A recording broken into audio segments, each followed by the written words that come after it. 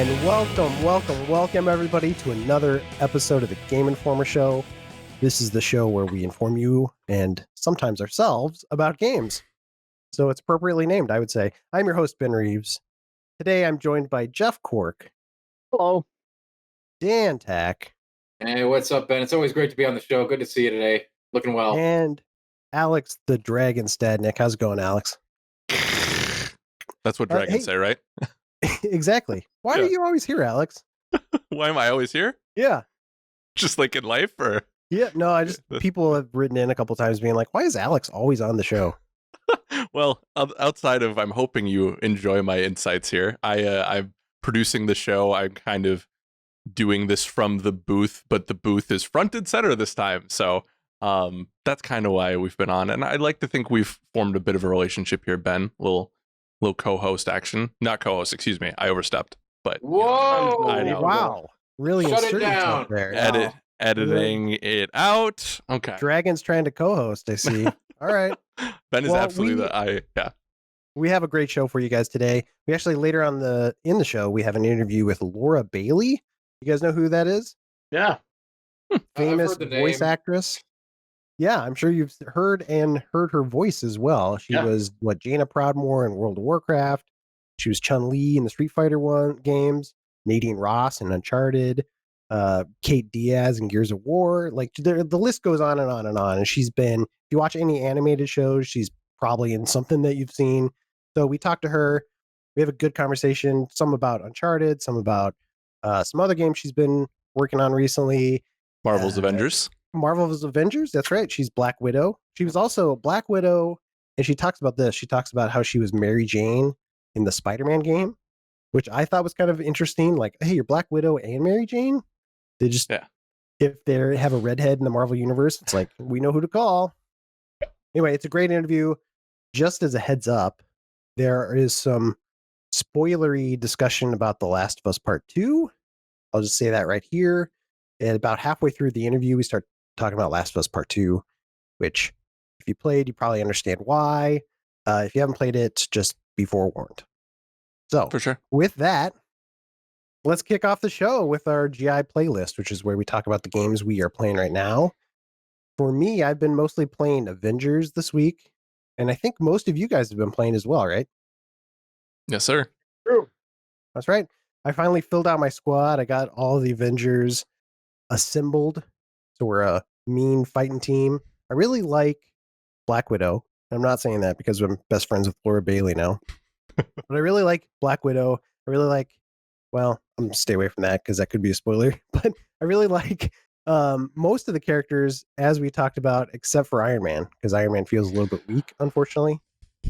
But I'm excited to kind of dip into the end game and see what's there, but I haven't played the end game super well. I know Tack, you have. What's in the end game that I should be looking forward to? Are we digging into this right now? Is this the playlist? Let's dive in. No, I just set it up to not talk about. Oh, okay, good. Anyway, end game. I mean, if you consider anything end game just to be after the campaign, then yeah, there's lots there. It's a lot of repetition, so you've got to really like what you're already doing. I guess that's a big question because you are going to grind out. Yeah, I think that's a fair word in this case. Many item levels, and very similar to light levels in Destiny. In fact, endgame progression in many ways is very similar to Destiny. Doing various missions, getting your item level up as you flesh out your character all the way up to level 50. You will eventually unlock all of your abilities for each character. I will say they do play very differently at level 50 in comparison to level 10. You have so many more things to do in your kit. You do play. It doesn't feel like you just, hey, I'm going to tap XXXY for my combo. You're going to get to be able to do a lot of various different things depending on your character. For instance, with Hulk, you're probably picking up people, which you can do early in the game, but later on in the game, you're picking up people and smashing them together in the air for AoE bursts. You've mastered the parry system and the dodge system, and you're now getting different bonuses from that. The heroic system, which is essentially Destiny Ultimates, right? You want to fill those bars up all the time because the enemies are really well shielded at high levels, and you're going to have to use all of your ultimates in order to bash them down and get them into the takedown territory. That's when they flash yellow, and you can use your moves to do extra damage on them, like a grab. So you got lots of different. Been playing this a lot, right? Yeah, I got about 45 hours in since release. Good grief! Yeah, Yeah, we had a holiday weekend. What can I say? What else is there to Like do? the question I have is like one thing. I finished the campaign over the long weekend, and I didn't feel like there was any kind of escalation of power or strength. It felt like the enemies were keeping pace with me to a point where it wasn't fulfilling that power fantasy that I think is really important in a game that has a lot of loot. Like I would equip the best stuff that I found, but nothing felt like it was making any real difference at all. I'm wondering, like, in the end game, do you feel more powerful and is it more interesting, or is it just like, well, now I'm fighting level 50 guys and they take as many hits as a level 30 did when I was level 30? This is a really complicated question, even though it sounds simple. For one thing, I would love to know some of the back end math on this stuff because I know for some other games, I'm not going to name any names, but like at level 50 and a level 10, it was still 3 headshots to kill an enemy, for example, regardless of what weapon you were using. It was always What? fixed scale with you. Again, that's a different game.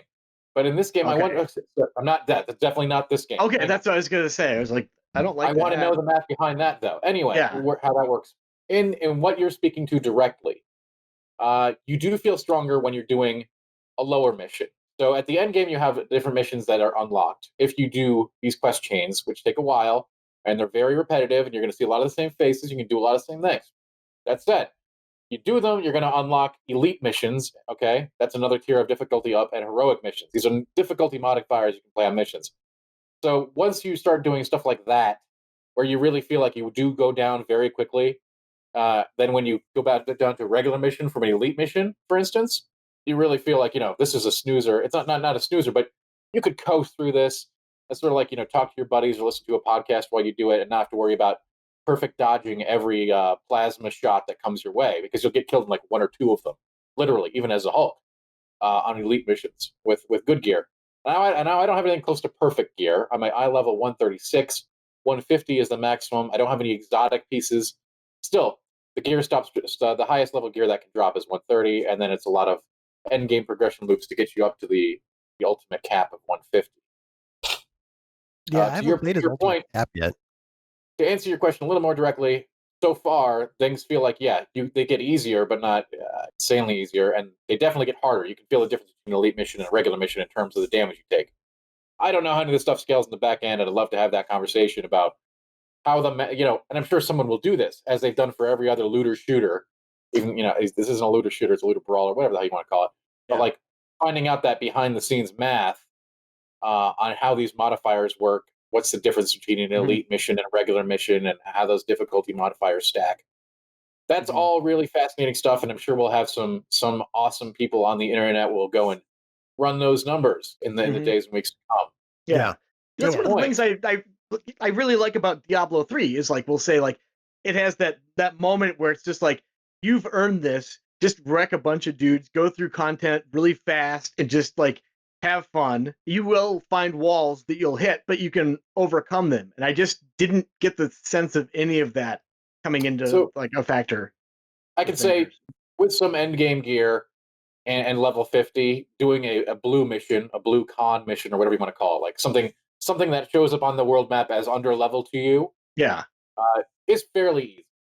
Mhm. You'll be able to get through with no problem. Coasting is a good word for it. You won't run into any problems. You may not even. You can just if you want a button mash, you can.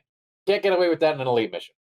So and that's part of enjoying those lower tier missions, which you will do a lot of, is to do. A lot of people don't even know there's a Paragon system in the game of a style, and that has to do with the comic books. So every comic book you find adds to a comic set. You complete a set, you get permanent bonuses account wide for all your characters, and then Oh, the I didn't set. know that. Nobody does. Nobody does. But There you go. So Are that's you why breaking news on the GI show right Yeah. now? that's why when you're out in a mission, you want to go to like all those side markers. A lot of people just ignore them and complete the mission, and they're like, "Well, I didn't get anything." So you can actually get items that have like plus 5% chance for comic books to drop. So like when I'm playing, I try to kit myself out with that kind of gear, so that and then I'll go find like all the bonus chests, and then to try to get more comic books. There's small percentages again, like a Paragon system, so like 0.5% more health per stack of 5 you find in this series, right? And for Thor, for instance, or Avengers, or you've got all those comic books that you're finding. So you want to stack up those comic books, and if you're trying to be a min-max efficiency guy, then you're going to want to, like, okay, here's our route, guys. We're going to go to that comic book depository, that one. And then also, while you're doing that, another endgame system is the DNA chests. You may have seen these in your plays. Well, actually, no, you probably haven't, because they're only in the vault map. So if you haven't started the vault quest line, then you're not going to see them. Vaults are another endgame experience, like hives. Hives are way more boring.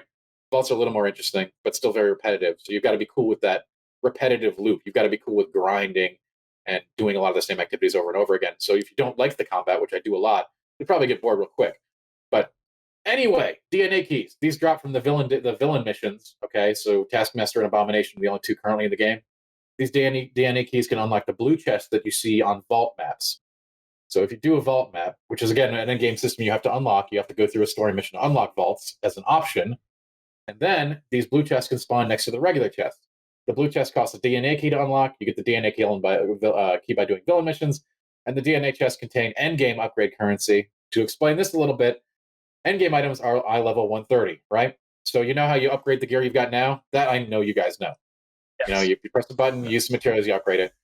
These upgrade modules are used to upgrade eye level 30 equipment, and they're way more rare. You probably have found a few of them in your playthrough, but you need a lot of them to get an item level 130 piece to 140. So these DNA kits are the main resource for that. You get like 10 of these, 10 modules in a DNA chest, so you're going to be searching for that. Anyway, it really is just that simple. You know, I wish. Yeah, Dan, you talked about this game, and you've played this game a lot. And just the one question I have is like, are you really liking it? Because it sounds like it's a huge grind. So are you having a lot of fun with it, or is it just because there's a lack of anything better to play? If I wasn't liking it, I wouldn't be playing it. I believe that about myself. I try. For somebody who plays so many MMOs and other games, and I like AR, this to me is sort of a sweet spot between an MMO and an ARPG. In some respects, obviously the game has tons of problems. I am definitely not, trying to pull the rug over those. But I've been playing it with friends. We've been enjoying the upgrade systems. Yes, it's extremely repetitive, but I'll tell you what, the characters that I play, I absolutely adore the combat on. Yeah. I realize it ain't perfect, and the glitches are absurd sometimes, and they ruin the fun. God. And they ruin the fun. But I tell you, going out there as I love playing as Widow. Okay, she's so good. Widow's great. I'm gonna try to level up Thor too. I think I might mess around with him some more. Thor was great too. Really cool. It's really character dependent. We've bagged on Iron Man a lot. I have a friend who loves Iron Man, for instance, loves that playstyle. It ain't for me, but Widow's using Widow's system of getting stronger by not getting hit and just keep going on just massive damage chains, big takedowns, and grenades and invisibility and just comboing all those things together is really fun. I love Hulk too. Big dumb guy. We all know I love that one. Oh yeah. But yeah, don't talk about Quark like that. Yeah, that's everything you're saying. Oh, he's right here. Yeah, come on, man. I will say we talked stuff about Iron Man today, and then in our video where we talked about the differences between the beta. I will say I still don't like. I think he's my least favorite character, but switching to his lasers ability over the energy blasts totally opened him up for me in a way that I was totally done with him. But then I used it in the final boss encounter. I was like, oh, okay, this is a little bit more clean. This is a little bit more. It's less clunky than the energy blasts were. So I've been trying the missiles too. So I kind of like the missiles a lot, but I might try lasers now that you recommended it. Lasers are good. Yeah. And Quark, I know you've been playing a lot too. And Alex, maybe you can answer this. You guys have basically gotten to the end of the game. Are you guys going to keep going with it? Do you think the end game sounds enticing? Has anything Dan has said made you want to go back into the game? No, not at all. I bought the game because it was one of those I should be familiar with it for end of year discussions just to be as informed as possible. I know that I was vocal about not enjoying the beta.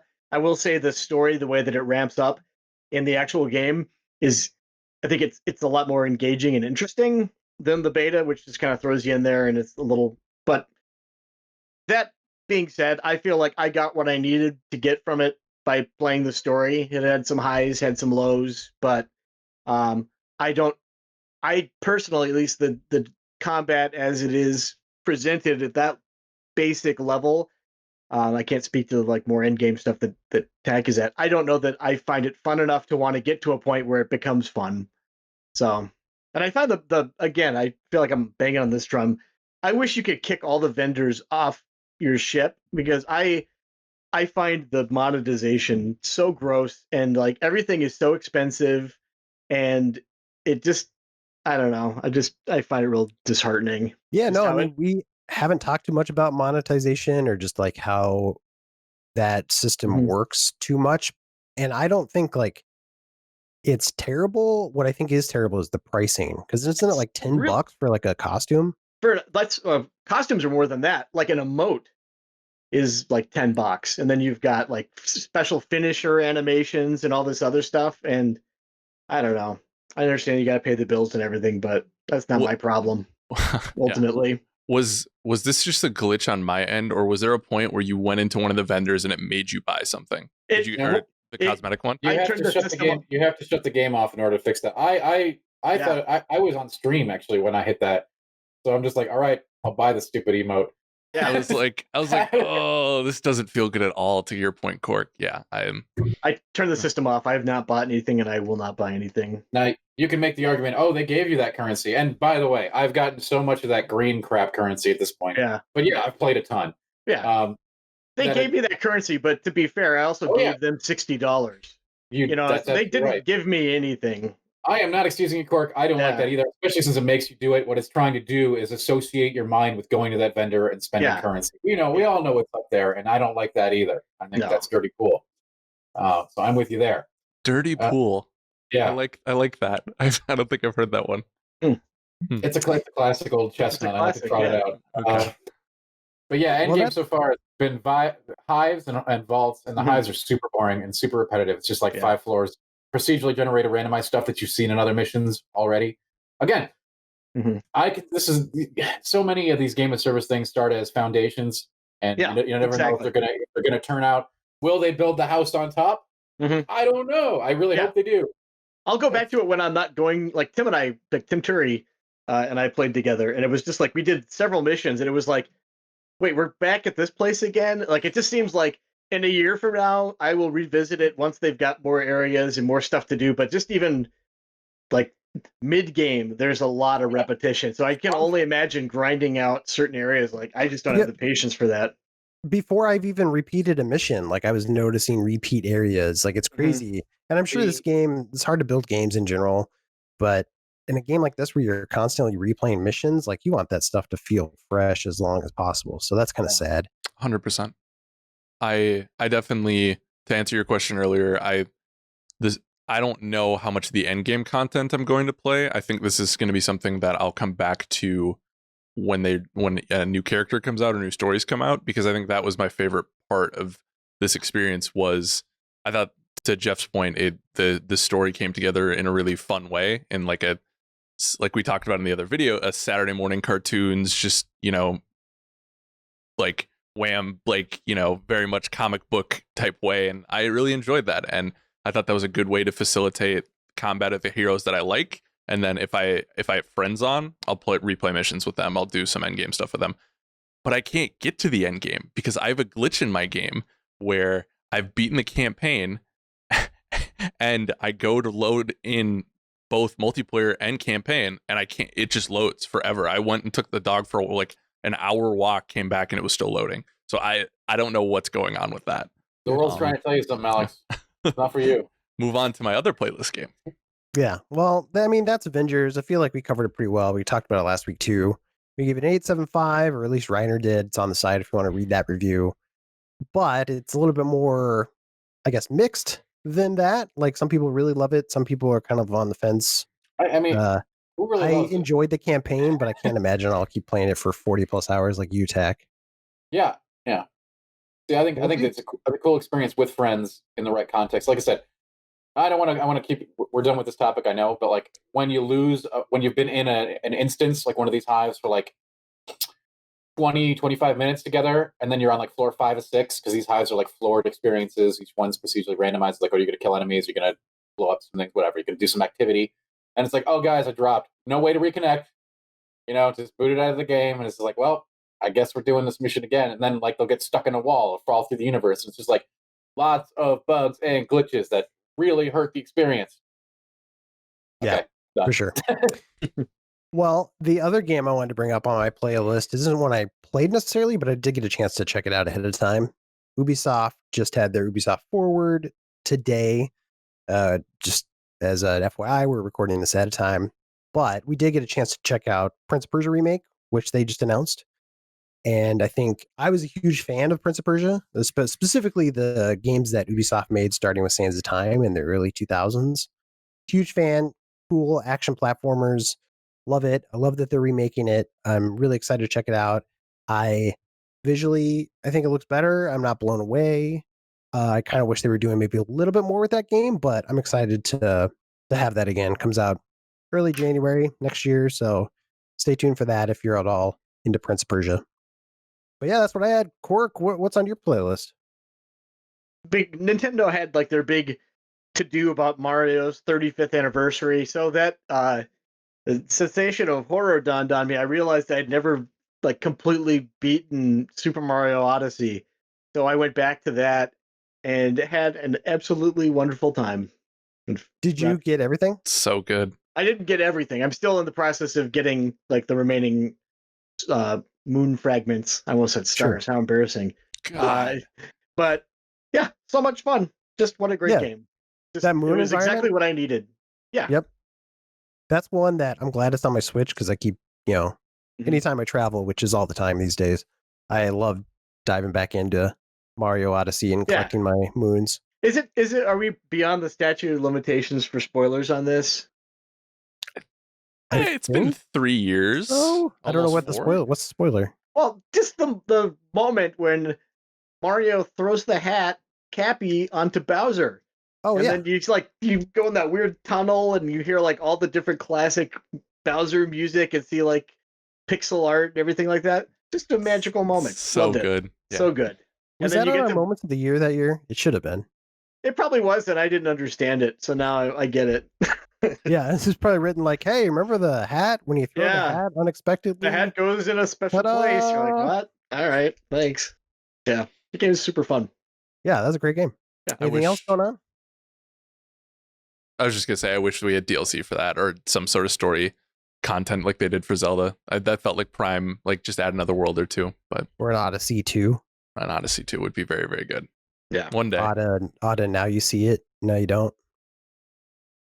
Cork, anything else? No, that was plenty, Ben. All right, well then get out of here. Okay. And we got rid of Cork because I wanted to bring in Kimberly Wallace. How's it going? Good, how are you? I think this is my first time I've been on since you've hosted. That's what I was gonna say. We got her, everybody. We got her.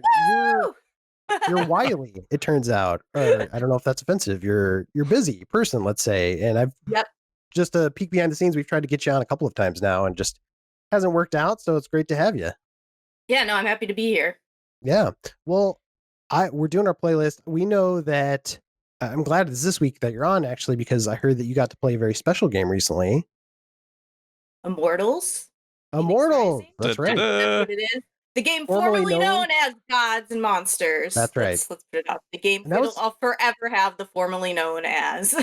Which personally, I think it's a better name. I don't think really they did You think Immortals? What? You think Immortals Fenyx Rising's better? No, I'm saying Gods and Monsters is a better name. Yeah, that's what I say too. They did a bad call when they changed the name of it. Yeah, I don't like the new name. I thought you were saying the opposite. I was like, I actively like Gods and Monsters much better, but No, listen to what I mean to say, not what I say. We're supposed to know. So this is the game they debuted it. Was it last year at E3? Something like that? Yeah, last year at E3. And surprisingly enough, the game is coming out December 3rd, which is just crazy to me. Wow. So the Xbox leak was right? Yes. That was correct? So, wow. Yeah, we just found that out on the forward. Yeah, it went through, since we saw it a year ago, a little bit of a shift. They changed the tone, the protagonist a bit, and they kind of aged it up. They thought, I think when it came out, people thought it was more of a kid's game, which is not the case. It's more what we know from Ubisoft, which is the same open world blueprint we've seen, right? So it takes a lot of stuff from the Assassin's Creed series. It's got a little bit of Breath of the Wild inspiration with the puzzles and the chests that you go for. It's a lot of customization. So light RPG elements. They seem to be going more for you just like small gameplay upgrades with it. So if you're a stats person like I am, I mean, your armor and gear will have stats, and that will all be cosmetic and show up. So that's all customizable. Your main character, Phoenix, is completely customizable as well. But I was I looked at the upgrade trees, and it's basically opening up new combos, opening up for the fun action combat, like an air dodge or something like that, and just kind of iterating on with that. So what's the story here? You're the hero from Greek mythology and you're trying to kill gods. Is it just God of War? Well, there's a prophecy that you're going to save the world. So the Oh, gods I haven't got to heard about trust. this. What is it? Yeah, right. The gods have to trust you because this god called this villain Naturally. Typhoon has been, Zeus banished him under a mountain and he got out and he's pissed and he's taking his revenge on people. And you're the one who has to stop all these creatures and monsters are coming out all over the world. There's corruption zones coming up with all this like red stuff that you have to break through. So you are destined to be the hero. And Zeus and Prometheus, they narrate the entire thing and joke around with each other about your journey and kind of how it's going. But basically, that is your quest: is to save them, help the gods, and the gods lend you. Here's what the cool part is: the gods lend you their powers for combat. So, like, you have all these cool attacks that you can do. Like, one of my favorites is Hapashito's hammer, and it's an AoE attack that you just like, when people say let's bring the hammer down, I mean like you really bring the hammer down. And so it's just this crazy attack. You have Athena's dash where you just like dash right into enemies. You can also use it to get out of the way, but you also damage them with it. You have Hercules strength, so you can chuck rocks at people, which is, always fun to stun them. And then my other favorite attack is Ares Wrath, which you raise like spikes from the ground and it launches your enemies in the air. So you can do really cool combos with the action combat. And that was actually, as I played, my favorite part of the demo was just you're fighting these larger than life mythical creatures that, are inspired from like Medusa, you have Minotaur, stuff like that. And it's over the top. Everything is over the top with it. So with the combat, even with the moves that you do.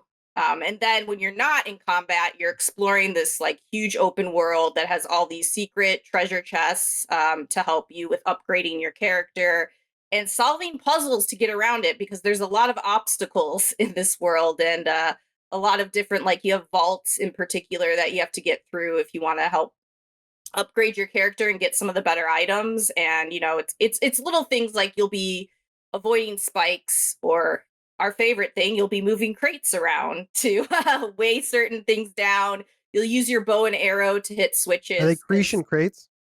Yeah. Sorry, I had to interrupt you for that.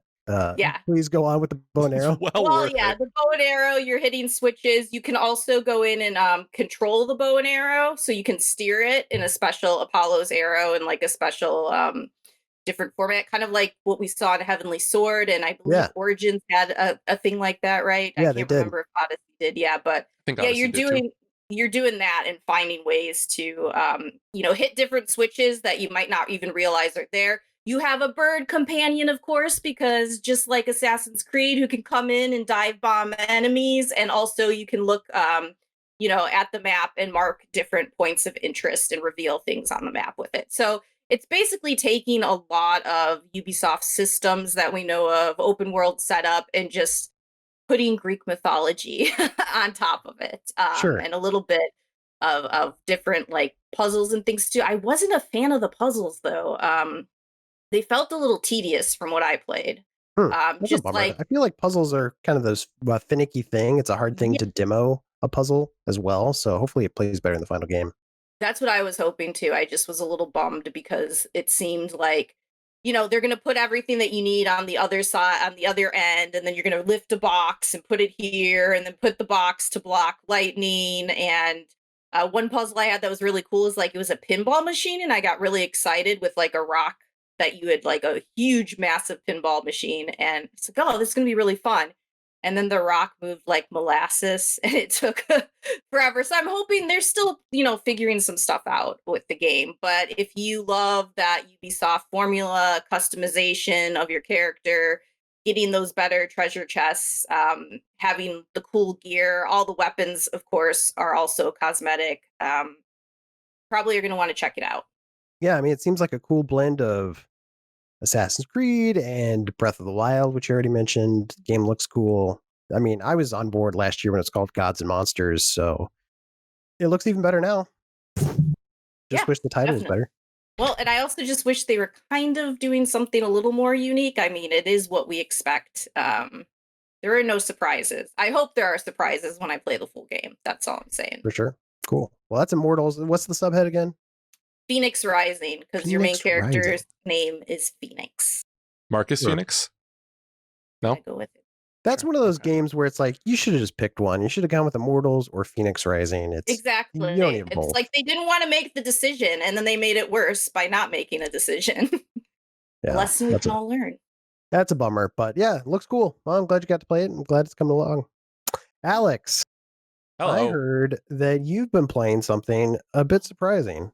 Yes. So if you've been following me in my last year here at Game Informer, you'll know that skateboarding games and I do not see eye to eye. I am quite terrible at them. Go check out our replay on Skate 2 and then our NGT for Tony Hawk Pro Skater Warehouse demo. So with Tony Hawk coming out, everyone's very excited, and I am too. I was too, because that was something I remember playing on my dad's computer when I was growing up and that kind of stuff. But real life hit, and I've realized how bad I was at it. So I was like, okay, let's see if I can figure out what I'm doing wrong. And this game, Tony Hawk, and this isn't revolutionary because people love this series, but like that game does such a good job of teaching you without putting the menu and saying like, hey, this is what you're doing wrong.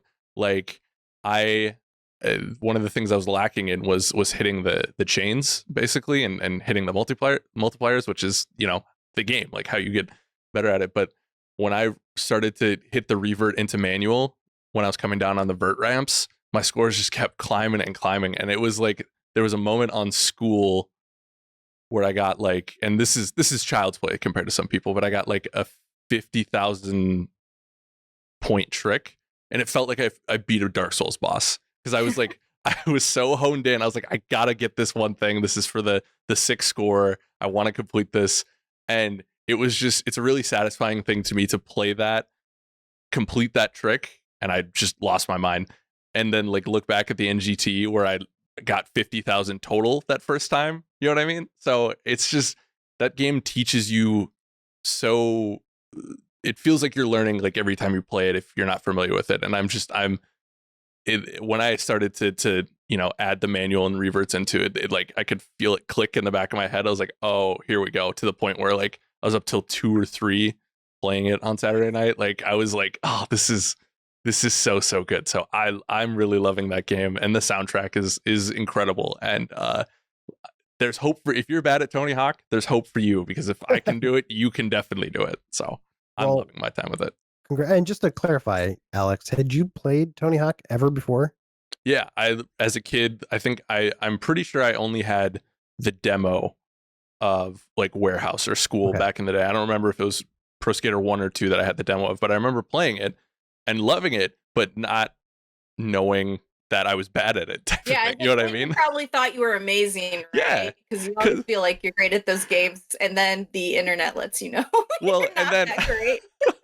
Yeah, and like talking to my buddy too, like the tricks I'm pulling off in this game, if I were to do in real life, if I didn't kill myself trying to do, I'd be like, I just did like a 180 in the air. Like I'm incredible. I'm a skateboarding god. But then it's like 50 points in this game. I'm like, oh, okay. That tells me where I am in life, in skateboarding life. Well, welcome to gaming. I'm glad it finally clicked for you, bud. It's beautiful. It's a beautiful space we have here. Yeah, cool. So it's a good time. Yeah, no, that's a fun game. I'm glad. That reminds me, I should go back to that game. I've been playing too much Avengers and Wasteland, but someday I'll get back to it. Someday. Yes, definitely. Dan Tack. Hey, going, man. What's on your playlist? Well, we got a lot of stuff on the playlist, but I'm going to choose to highlight some things real quick. All right, first off, I'm getting ready for Shadowlands, the upcoming World of Warcraft expansion. So I'm getting my, I decided finally I'm going to play a hunter in that expansion. For a while I was going to play a warlock, and then I was going to play a shaman. But I've determined I'm playing a hunter, so what I'm doing right now is I'm going around the old world. There's no reason to start leveling now, by the way. If you're just going to play for Shadowlands, wait until the pre-patch comes, and you'll get a whole different leveling experience. Unless you're like me, and what I'm trying to do is go collect a bunch of rare pets before the rush comes, because there's these things called spirit beasts. They're on they're hard to get. A lot of hunters are always camping where they spawn. So essentially, you're in competition with all these other guys to get these really cool looking pets, like ghost crabs or ghost bears, ghost anything, really. Um, so it's all about having rare pet collection as a hunter. But okay, we'll talk about WoW in the future, I'm sure. So I'm going to give the floor to another thing I'm playing right now, which is Star Renegades, which is a recently released roguelike turn-based RPG. If you're into that whole suite of sort of roguelike-ish strategy stuff, Darkest Dungeon, Slay the Spire, any of that's fair, this is probably right up your alley. And it just came out. It's on Steam and Game Pass and GOG. And I think it might come to console someday, but I'm not sure about any of that progression. And you're doesn't reviewing it? matter. I am actually reviewing it, Reeves. Thank you for bringing that up. I almost forgot. But yeah, so you I gotta don't want get to on go. that, dude. So yeah, all right, I gotta go. What are you doing on the show? Yeah. I don't know. I'm here just to hang out. I figured I need a break. It's not. Yeah, it's on a bunch of stuff right now, and I am reviewing it. I do like it.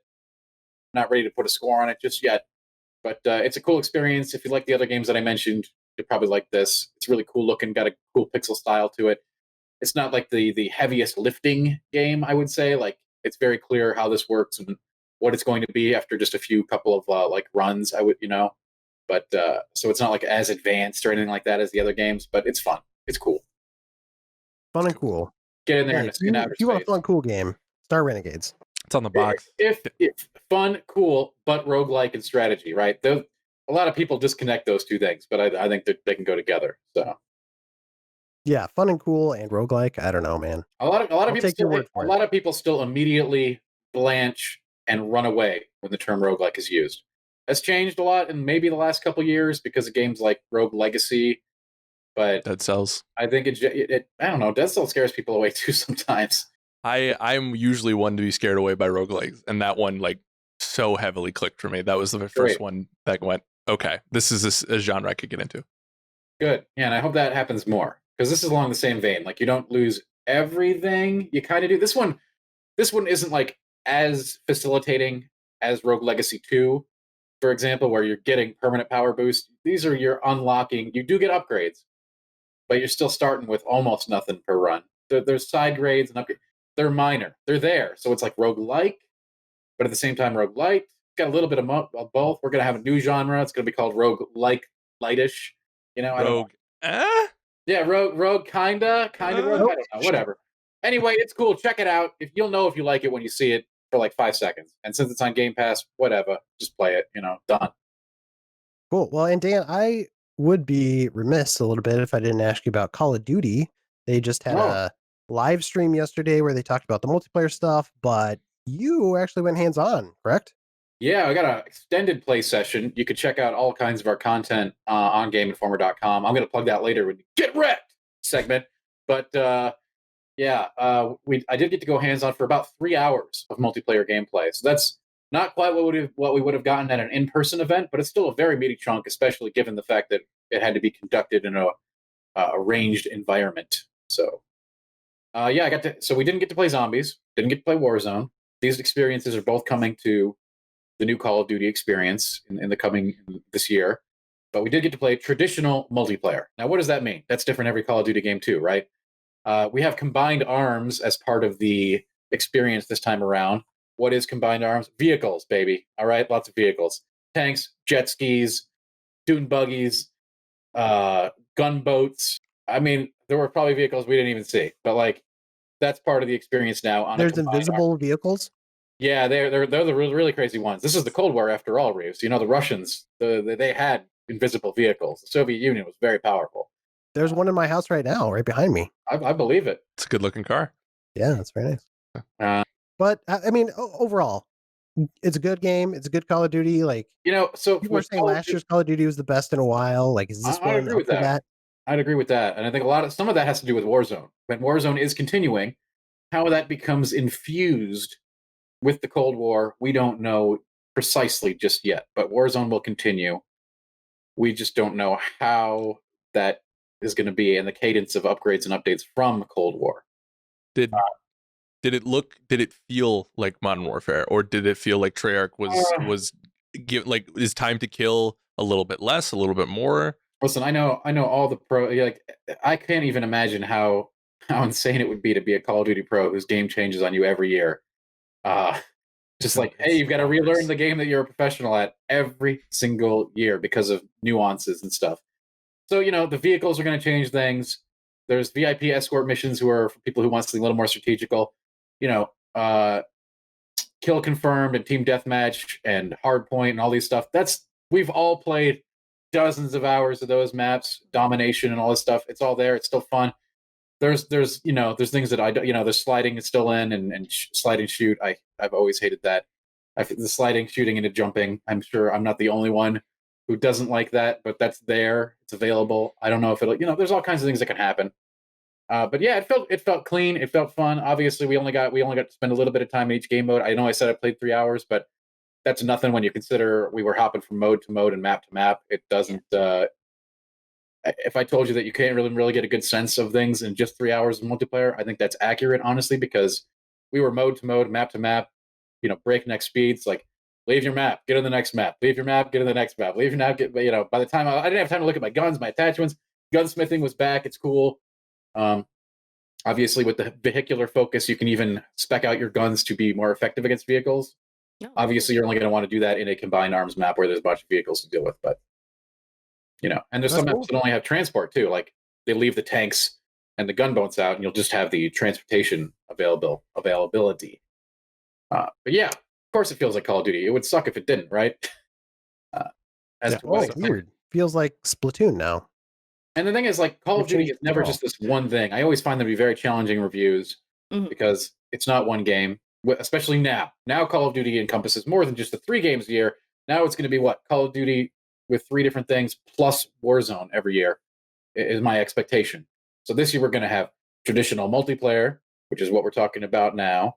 Obviously, they always add some tweaks and bells and whistles to that, just so it's a little different, right? Zombies, which we have no idea what it's going to be like. Campaign, and then Warzone. So now it's like reviewing 4 games.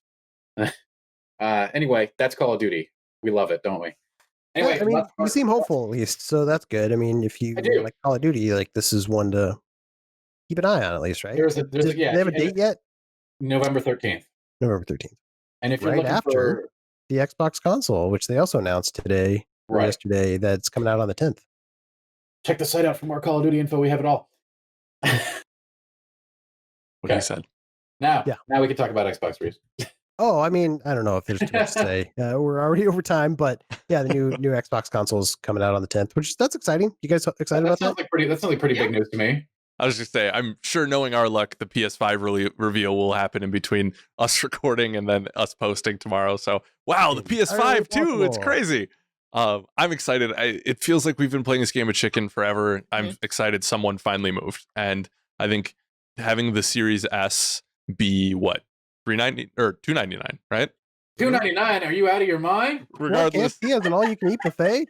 That Reeves got it. Thank you, Reeves.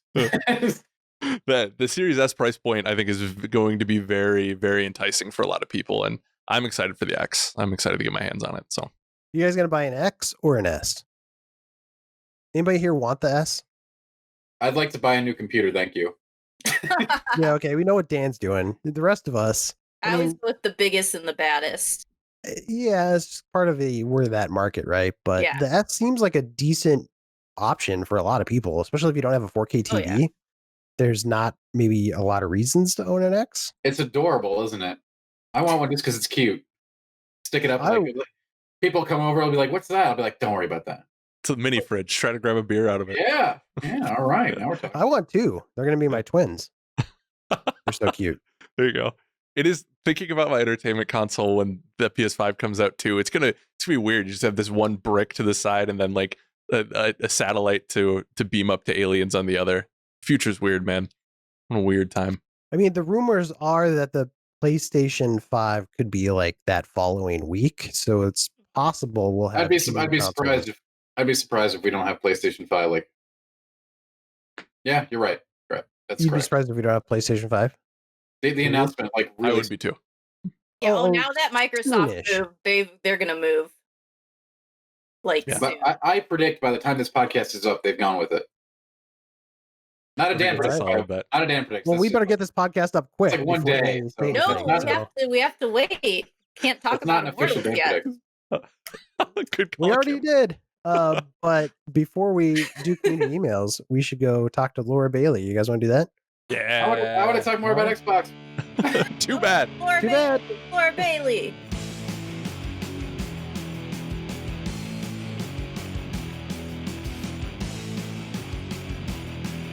And welcome back to the Game Informer Show. I'm still Ben Reeves.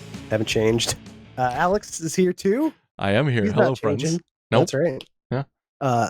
But we are joined today by a very special guest, a very prominent voice actress, your friendly neighborhood voice actress. I heard, Laura Bailey. How's it What's going? up? How you guys doing? Welcome to the show. Thanks for having me. Very excited to Yeah. have you on. It's been a pleasure for us. How you doing? What are you up to these days? Oh, I'm good. I was just telling you guys about when I'm potty training my son right now. So it's exciting days here in the Bailey Willingham household. Out of all the jobs you've had, is that probably the hardest? Yes. Yeah. By far. How old's the little one? He just turned 2. Okay, gotcha. Yeah. Does he know no yet? Is that a fun one? Oh yeah. He's a little hellion. He loves it. Yeah. Love it. Cool. He knows a lot of the fight back words already. No. In the best and way. he doesn't appreciate anything you do, I'm sure. No, he does say thank you. Oh, there you go. Yeah. That's awesome. Have you been teaching I'm him proud sign of that language? one. Yeah, he knows more and please and what was please? I don't remember. Sorry. He said all those things before he could talk. So Yeah. I now love sometimes more is the big one. my nieces and nephew do that too. They'd be like, I don't even really know what this means. I just know I get what I want. Just give it to me, Exactly. please." Stuff in my face. Well, thanks for being on the show. Obviously, we brought you on to talk about your kid. But also, Obviously. since you're here, maybe we could talk about video games. Hey. You've had a pretty prominent career, but not just in games. You've also done a lot of voiceover work for like animation, TV, stuff like that. Ah. And just to like start it off, I'd love to know between the two, like what's the main differences when you go to record? Oh How different gosh, are between they? like animation and video games? Yeah. Oh gosh. Well, it's changing. The differences are changing because before when I would do video games, it was like you would go in for your solo session, you would do your lines, leave for a long time and then come back and do some more. And animation was always you would get to record with a group of people, But now I feel like more and more game developers are realizing how important that is to have multiple actors in the booth at once because you do get that great connection. There's just it's so much more real dialogue when you can actually look at somebody in the face and say it. So that's changing. But I mean, motion capture is something that I have yet to do for any animation, but I get to do it all the time for video games. So Do you like that? Is that like, do you enjoy that more than just sitting in a booth talking in front of a microphone?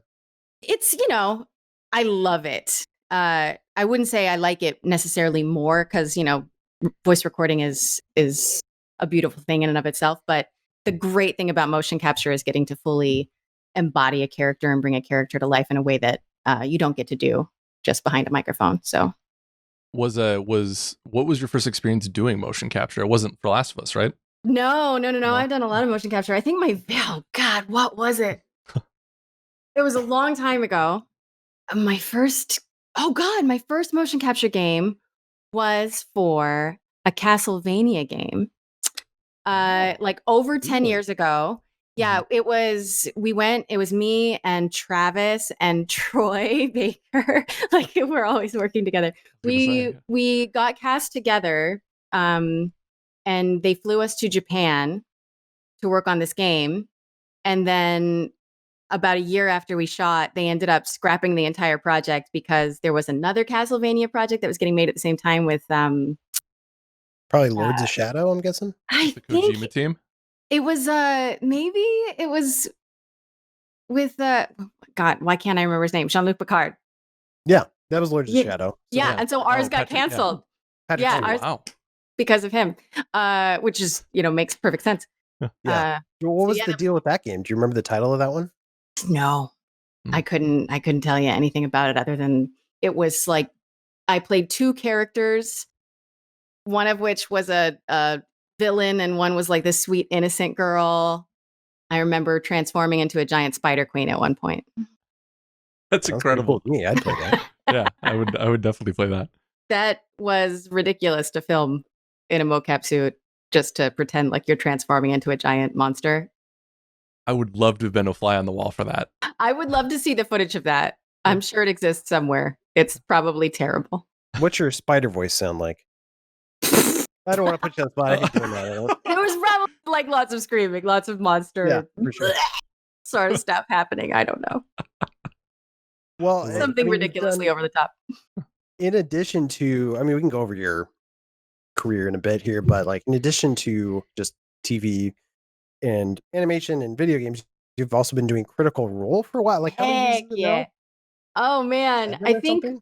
I think we just celebrated our 5-year anniversary earlier this year. So we've been playing on the stream for 5 years, and then we played before any cameras were involved for 3 years. So Sure. Cool. Do you feel like that job and just D&D in general, playing D&D for the camera, do you feel like that has helped you at all in your work?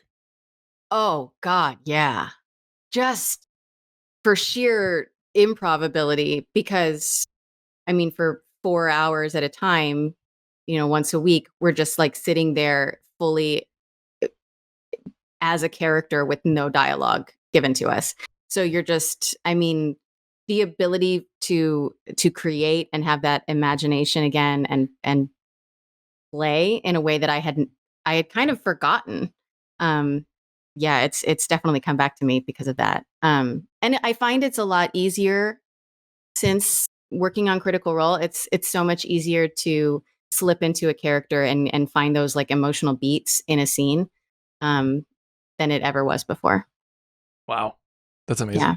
When you guys were playing it, did you ever think like Amazon would come calling and want to do the animated series for that? Like what was No, we joked about it. Like we literally like when we first started playing, like when they told us they wanted to film it, like Felicia Day came to Matt and was like, "Hey, I'm friends with Ashley. I'm friends with you. I hear you guys have like a voice actor group that plays. Can you come play on my stream?" And we're like we don't actually move around at all. It's going to be so boring.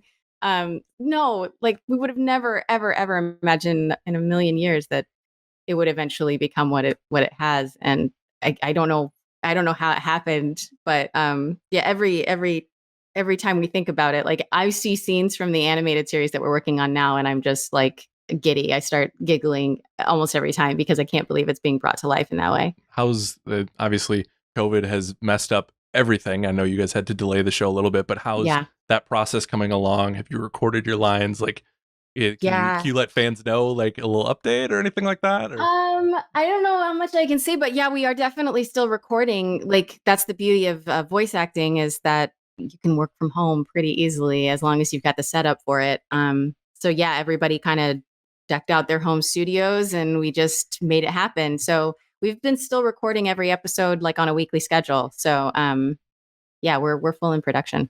And that's like the same for your voice acting roles? Do you have like a little studio in the basement where you record everything for games and TV? Yeah. We have a studio.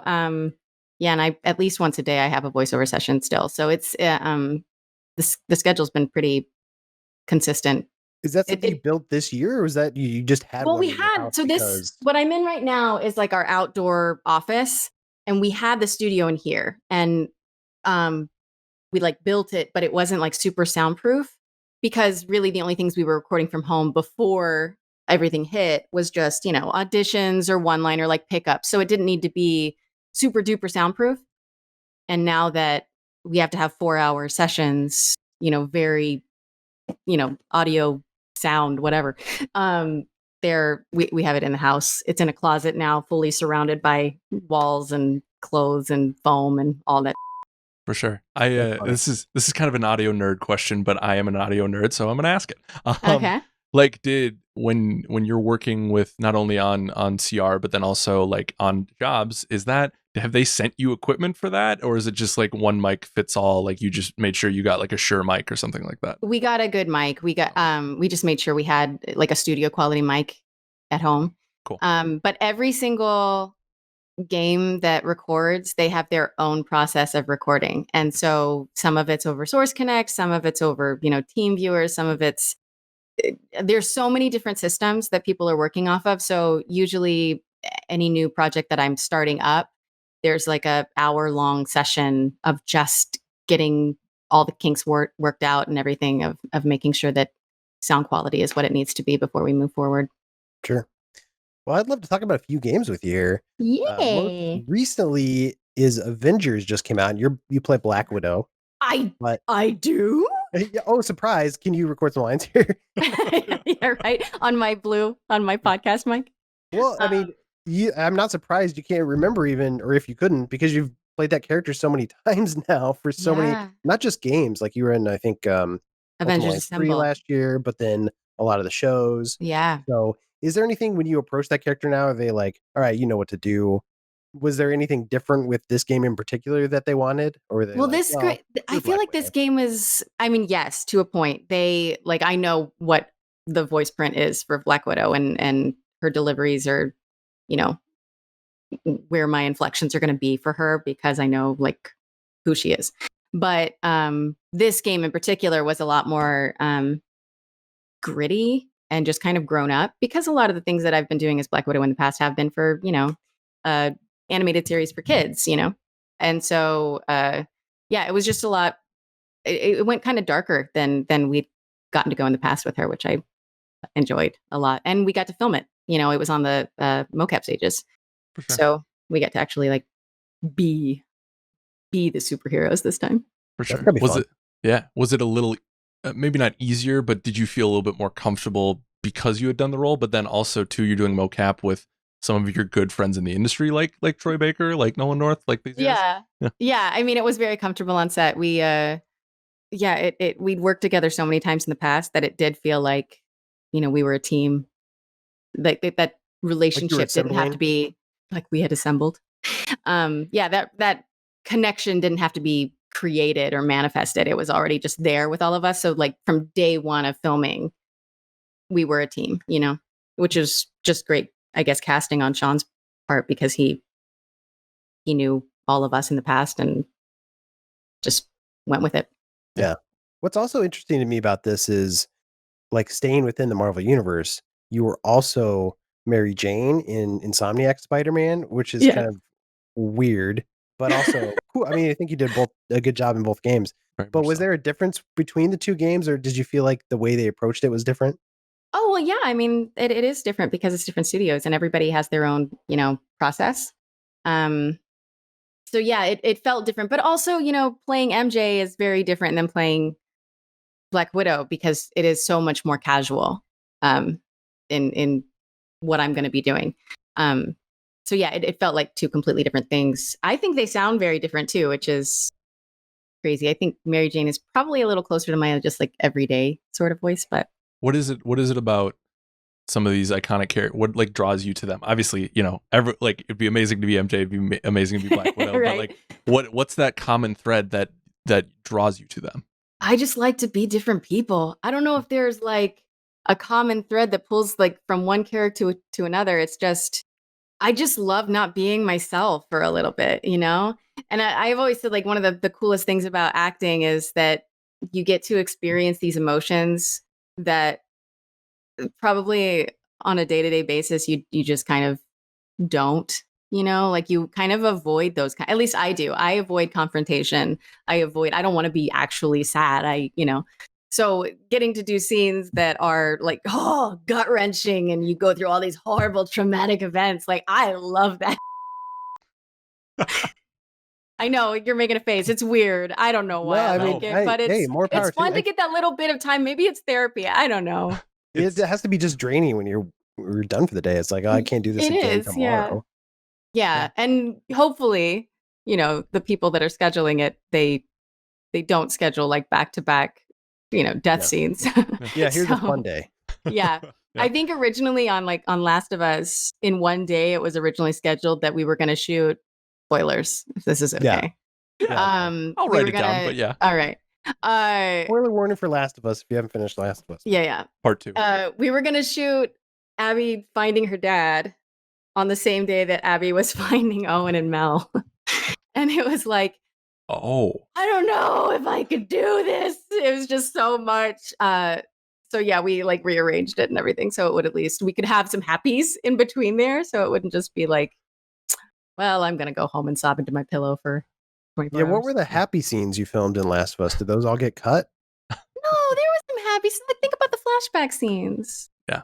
All the flashback stuff is like the zebra really was good. The zebra the thing? zebra is joyful. All the stuff at the aquarium with Owen in the beginning, like the Ferris wheel stuff, that feels like another time, you know? It's just Yeah. it's happy. It's the same way when I was playing it, like the flashback scenes with Ellie and Joel for the most, like some of it was, you know, oh God, I love them. I love this. I love, you know, it's happy. Yeah, I'm glad you actually brought up The Last of Us and Abby, which was a secret until the game came out. Was that fun to be a part of a secret? Like, how secretive was that even? Did the other cast know you were in it? Oh yeah. Well, the cast knew I was in it. My super close friends knew I was in it and everything, but yeah, it was super, super, super, super secret. You know, I did that one PSX, I think, where I was shown, like they showed the trailer of Abby and the two kids, but nobody knew who they were, and there was all these guessing games of, is she Ellie's mom? Who is she? And yeah, I wasn't allowed to say anything. I wasn't allowed to say my name. It was Did you feel crazy. any pressure to, like, I don't know with this role in particular, but did you feel any pressure to get like super ripped or anything to get into characters? No, I did. I mean, I Yeah? didn't feel like pressured to, but I definitely did work out like crazy when I was first cast. Like a lot of CrossFit, deadlifting, and everything to try to get my strength up, because I knew in some of those scenes, you know, I was going to be carrying around Yara and everything, and Grace is smaller than me, but she's still like an adult, you know, like a girl. And so I was trying to work up to where I could carry, you know, 100-pound bag for an extended amount of time. But then I got pregnant. And so that kind of put a kibosh on all of the training as far as that went, because I know some people can still deadlift when they're pregnant. That does exist, but I was not one of those women. So Well, you were still carrying around another person with you. I was. There you It go. was a much smaller weight, but it felt about 100 pounds at the time. So Oh my God. How far into production did that happen? Like, how much of your work had you covered at that point, or were you guys almost done? let's see. We filmed. I think I was cast right after Lost Legacy. So I think I filmed for like a year, or maybe I had been cast for about a year before I found out I was pregnant. Okay. And then we went through the whole pregnancy, and then Ronan was born, and then there was another, you know, year and a half until the game came out. So yeah, it was about 5 years of time that we worked on it. Wow. So yeah, he was in the middle of all of it. For sure. Did that color anything like during the game? Like, I'm just thinking instantly of the scene with Dina where you like have a knife to her throat and you're gonna kill her. Yeah. Were you thinking about that at all while you were pregnant? I mean, that scene was after Ronan was already born. It's weird to an extent. It does like change your perspective. It just changes like your mental process for things. But I never am approaching scenes as myself, like ever. And I don't ever remember thinking any of my own thoughts in any of those scenes that we were filming. It was always like Abby, Abby, Abby. So, I mean, I'm sure it was there, but I was mostly just devastated that these women had hurt my friends, you know? Yeah. We talked to Neil, what, a month ago now? Something like that. Time doesn't exist in Yeah. pandemic, but he talked about with us and then on some other stuff. He did not want you as Abby. Like, did you know that? Did you guys kind of like, what was that process like of that? I have heard this since then. Did you guys talk about that after? He had mentioned that he didn't, like after I was cast, obviously, that he had not wanted me as Abby. Because here's the thing, and I've said this before, and Neil's denied it, but I know it happened. I had a conversation with him years ago after they finished Left Behind, and I was chatting with him, and he was like, "So, you ready to come on board for Last of Us 2?" And I was like, "What?" what? He's like, I have this character that I've been writing. Her name is Abby. He straight up said her name. He's like, her name is Abby. And I'm thinking you'd be great for her. And I'm like, awesome. And he's like, great. I'm so glad you're stoked. And then I heard nothing and nothing and nothing. And I mean, and then we shot Uncharted and everything. So maybe that's why it changed, because he'd already like worked with me on that. So God, yeah. And then come to find out that the reason I stopped hearing about it is because he decided like, no, I can't use Laura on this. He forgot he had talked to you. Like, Yeah. "Hey, He totally Laura?" forgot he had talked to me. Like, oh yeah. And then there was a time that like he had mentioned like maybe me playing Dina. And so Ashley and I were just like trying to flirt in front of him so that he could see that we had good chemistry. Gosh, that seems so awkward, but okay. When you No other job would require that. Yeah. I know. I mean, it was like a joke. We were jokingly flirting. It's not like we were really Yeah. trying to go for anything, but No, for sure. Do you remember anything else like early on what they said about Abby, or like did they show you photos or anything, or any like early concept art where she looked different? I mean, I saw her in a lot of different iterations. I think the only thing that I didn't see even before the game came out fully was that final look at the end of the game. I didn't realize what she was gonna. I knew she was gonna be more emaciated and everything, but I didn't even know the full extent that was going to go to. It was shocking to me when I played. Oh Wow. God, yeah, definitely. What kind of control did Neil and the team give you over Abby? Because when we talked to Jennifer Hale earlier, she talked about how when she did the Mass Effect games, it was, you are by the book. This is like not in a bad way, but like this is how it has to be because of the way that those games are structured. It has to be that way. I had a little bit more freedom because we did film the game and everything. So when you're coming in early in the process like that, when you're working out the scenes before a lot of the gameplay has been created or those animations are finished, then you can work on changing some things. And since I was cast, all of us were cast so early on in the process before the story was even completed, there was a little more freedom to give my input. I was just going to say, kind of leading off of that, how much influence do you have as an actor on the game itself? Do you ever influence the game? And this can broaden past Last of Us, but are you ever like, oh, this game should have crafting? Like, oh, that's a good idea. I don't think I've ever had that much influence.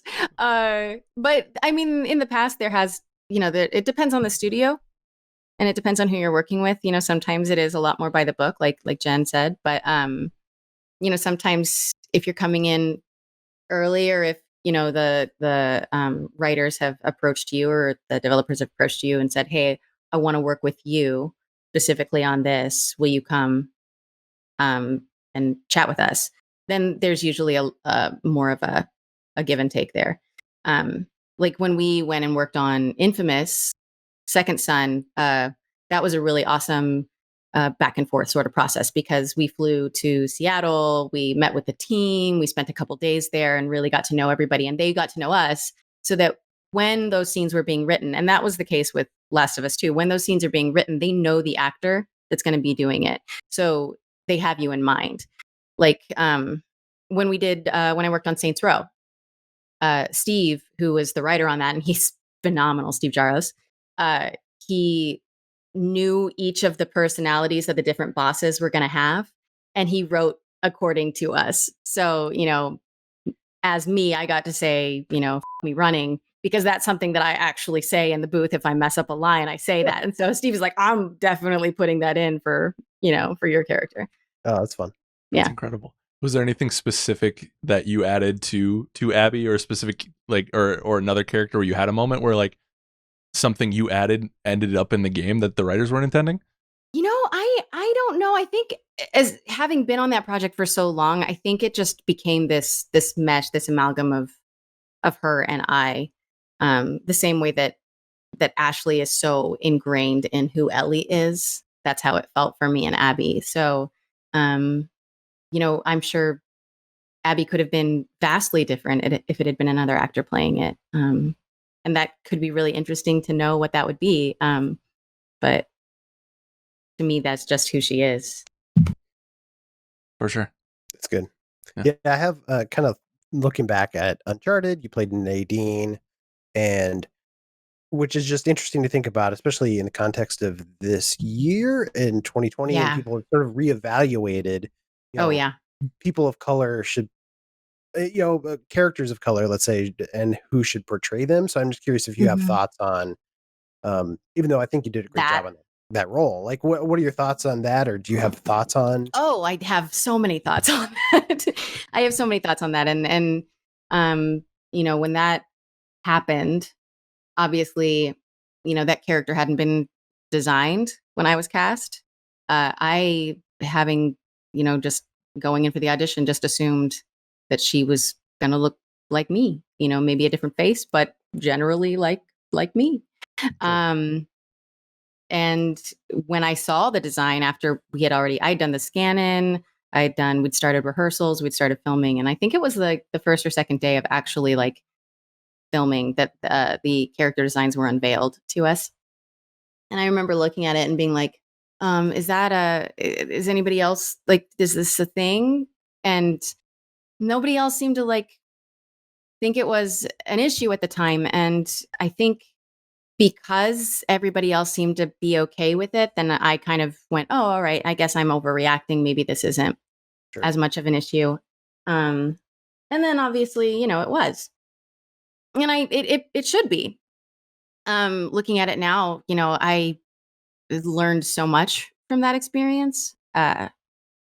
And now anything that I audition for, going in, I say I need to see the character designs. And a lot of times, character designs haven't been done when people are being cast. But I am very forthright about the fact that if it is a character of color, it needs to be portrayed by an actor of color. And I don't want to audition for that and take that away from an actor that should be having that opportunity.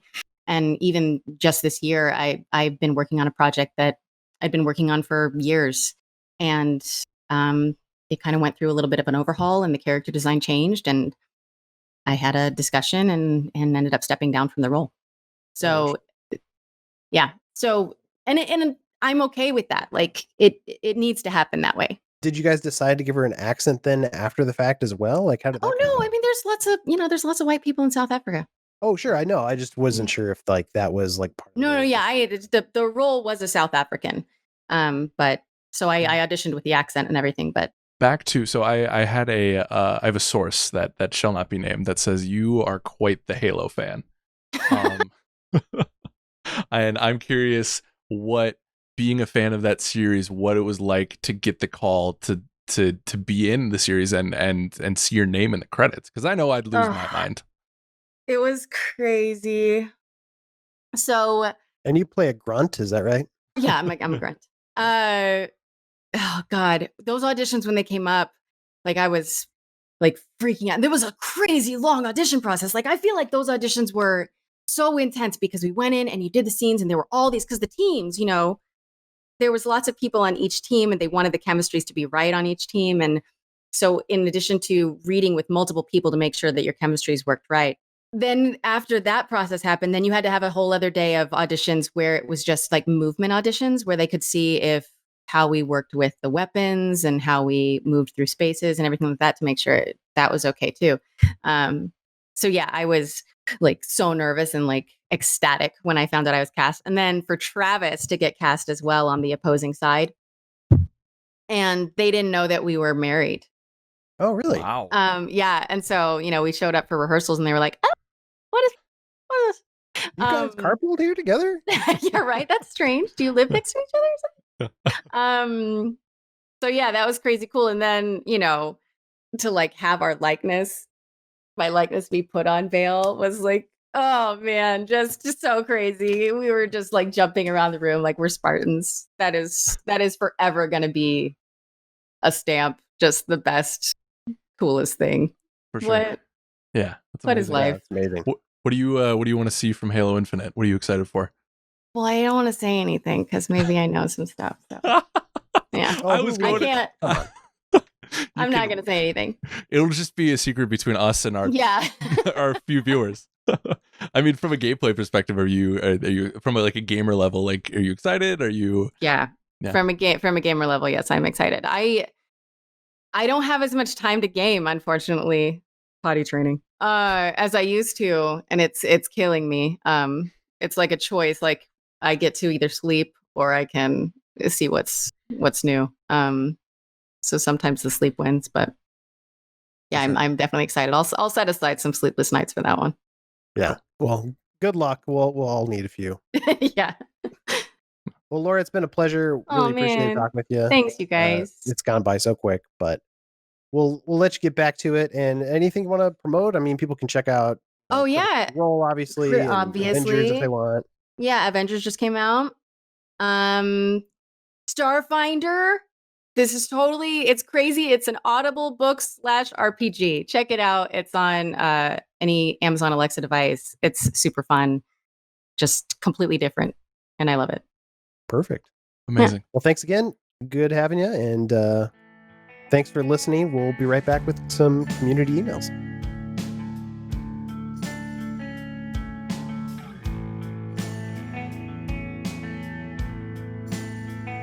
And we're back for some community emails.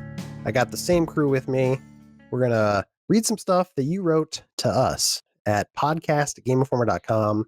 You can write in anything you want. You can write in poetry if you want. I hope I didn't open a door there. I wrote some poetry in this week. I hope you read it. Yeah. Well, we'll see. We'll see. Most popular submission is probably questions, but you can also write, dares. You can write in your dreams. You can write in games, which we always love playing. So whatever you want. Game Informer podcast. Oh my gosh, what's happening? Podcast@gameinformer.com. It's been a long day for me. I'm sorry. Ben, save it for the end. Come on now. We consider these kind of like dares because we have to read them. Such as this first one from Josh from the internet. He writes in, he says, "Hey guys, I'm a big fan of gaming, but for the past 10 years or so, I've sadly been with work, kids, blah, blah, blah. He's been out of gaming for a while, is what he's saying. But he's trying to get back into it and he's loving it. When I listen to your podcast, it appears to be there's a lot of classifications for games or categories for games, and I'm not familiar with them all. I can't quite keep up. So my main point is I want to try a lot of different types of games to see which games that pique my interest the most. To that end, would you mind telling me like some of the main types or categories of games that you would recommend, fairly recent titles, and I would love to play them and check them out." So basically, he's asking. Such a monstrous. That is such a huge. You said this. What, Reeves? This is gonna. You got 3 hours. You got 5 hours. You got what? I do. Yes. Wow. Let's just make it easy for him. Pick out like one or two of your favorite games from the last like 5 years, and be like, "Hey, check this out." And this is the kind of game it is. For example, I'll say XCOM Chimera Squad, which is a game that came out this year even. I really liked it. It's a strategy game. It's top down, so each of your characters has its own turn. It's turn based. Hopefully, you know what some of this means. You move them around a square field like a chessboard, and it's all alien sci-fi. You're fighting aliens. It's a cool game. Check it out. That's what I would recommend. If you're not familiar with turn-based strategy games, maybe check that one out. I think if you like role-playing games, I have 2 picks. One's more simplistic and easy to get into, and that would be Dragon Quest XI. It's a really fun Dragon Quest game, easy mechanics to grasp, has that depth once you really learn everything about the systems. And it's just like a fun world to explore. My other pick is my favorite game currently of all time, which would be The Witcher 3 Wild Hunt. That one might be a little bit more not demanding is not the word I want, but if you like story rich games where you make choices and then you see that kind of ripple across the entire world, that is really cool. Just be prepared. It is a very, very, and Dragon Quest is pretty long too, but Witcher 3 has a lot of content. There are side quests galore. There are expansions. You'll be playing it for a long time, but it's all very well done. Dark world that you get it inserted and you play as Geralt, who is paid for hire to slay monsters, and it's just a cool fantasy tale. For sure. I think because he said he was a father, correct? He said kids. You're gonna say God of War. Yeah. No, I mean God of War is I think that's too definitive. It's one of my favorite games of this generation, like hands down. But having kids, I feel like a Switch is a good thing to have, not only for him but for like Just everyone if your in kids the get out of family. line, kind of a thing. No. Oh my God, no. Oh, not that kind of Switch. Oh my God. Wow. Eddie, I wasn't see how you were expecting. Oh my God. That was not what I was expecting.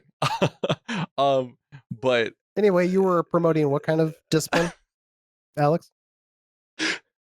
Family friendly entertainment. which yeah, Your comment went the opposite direction. yeah, I think we we swerved a little bit there.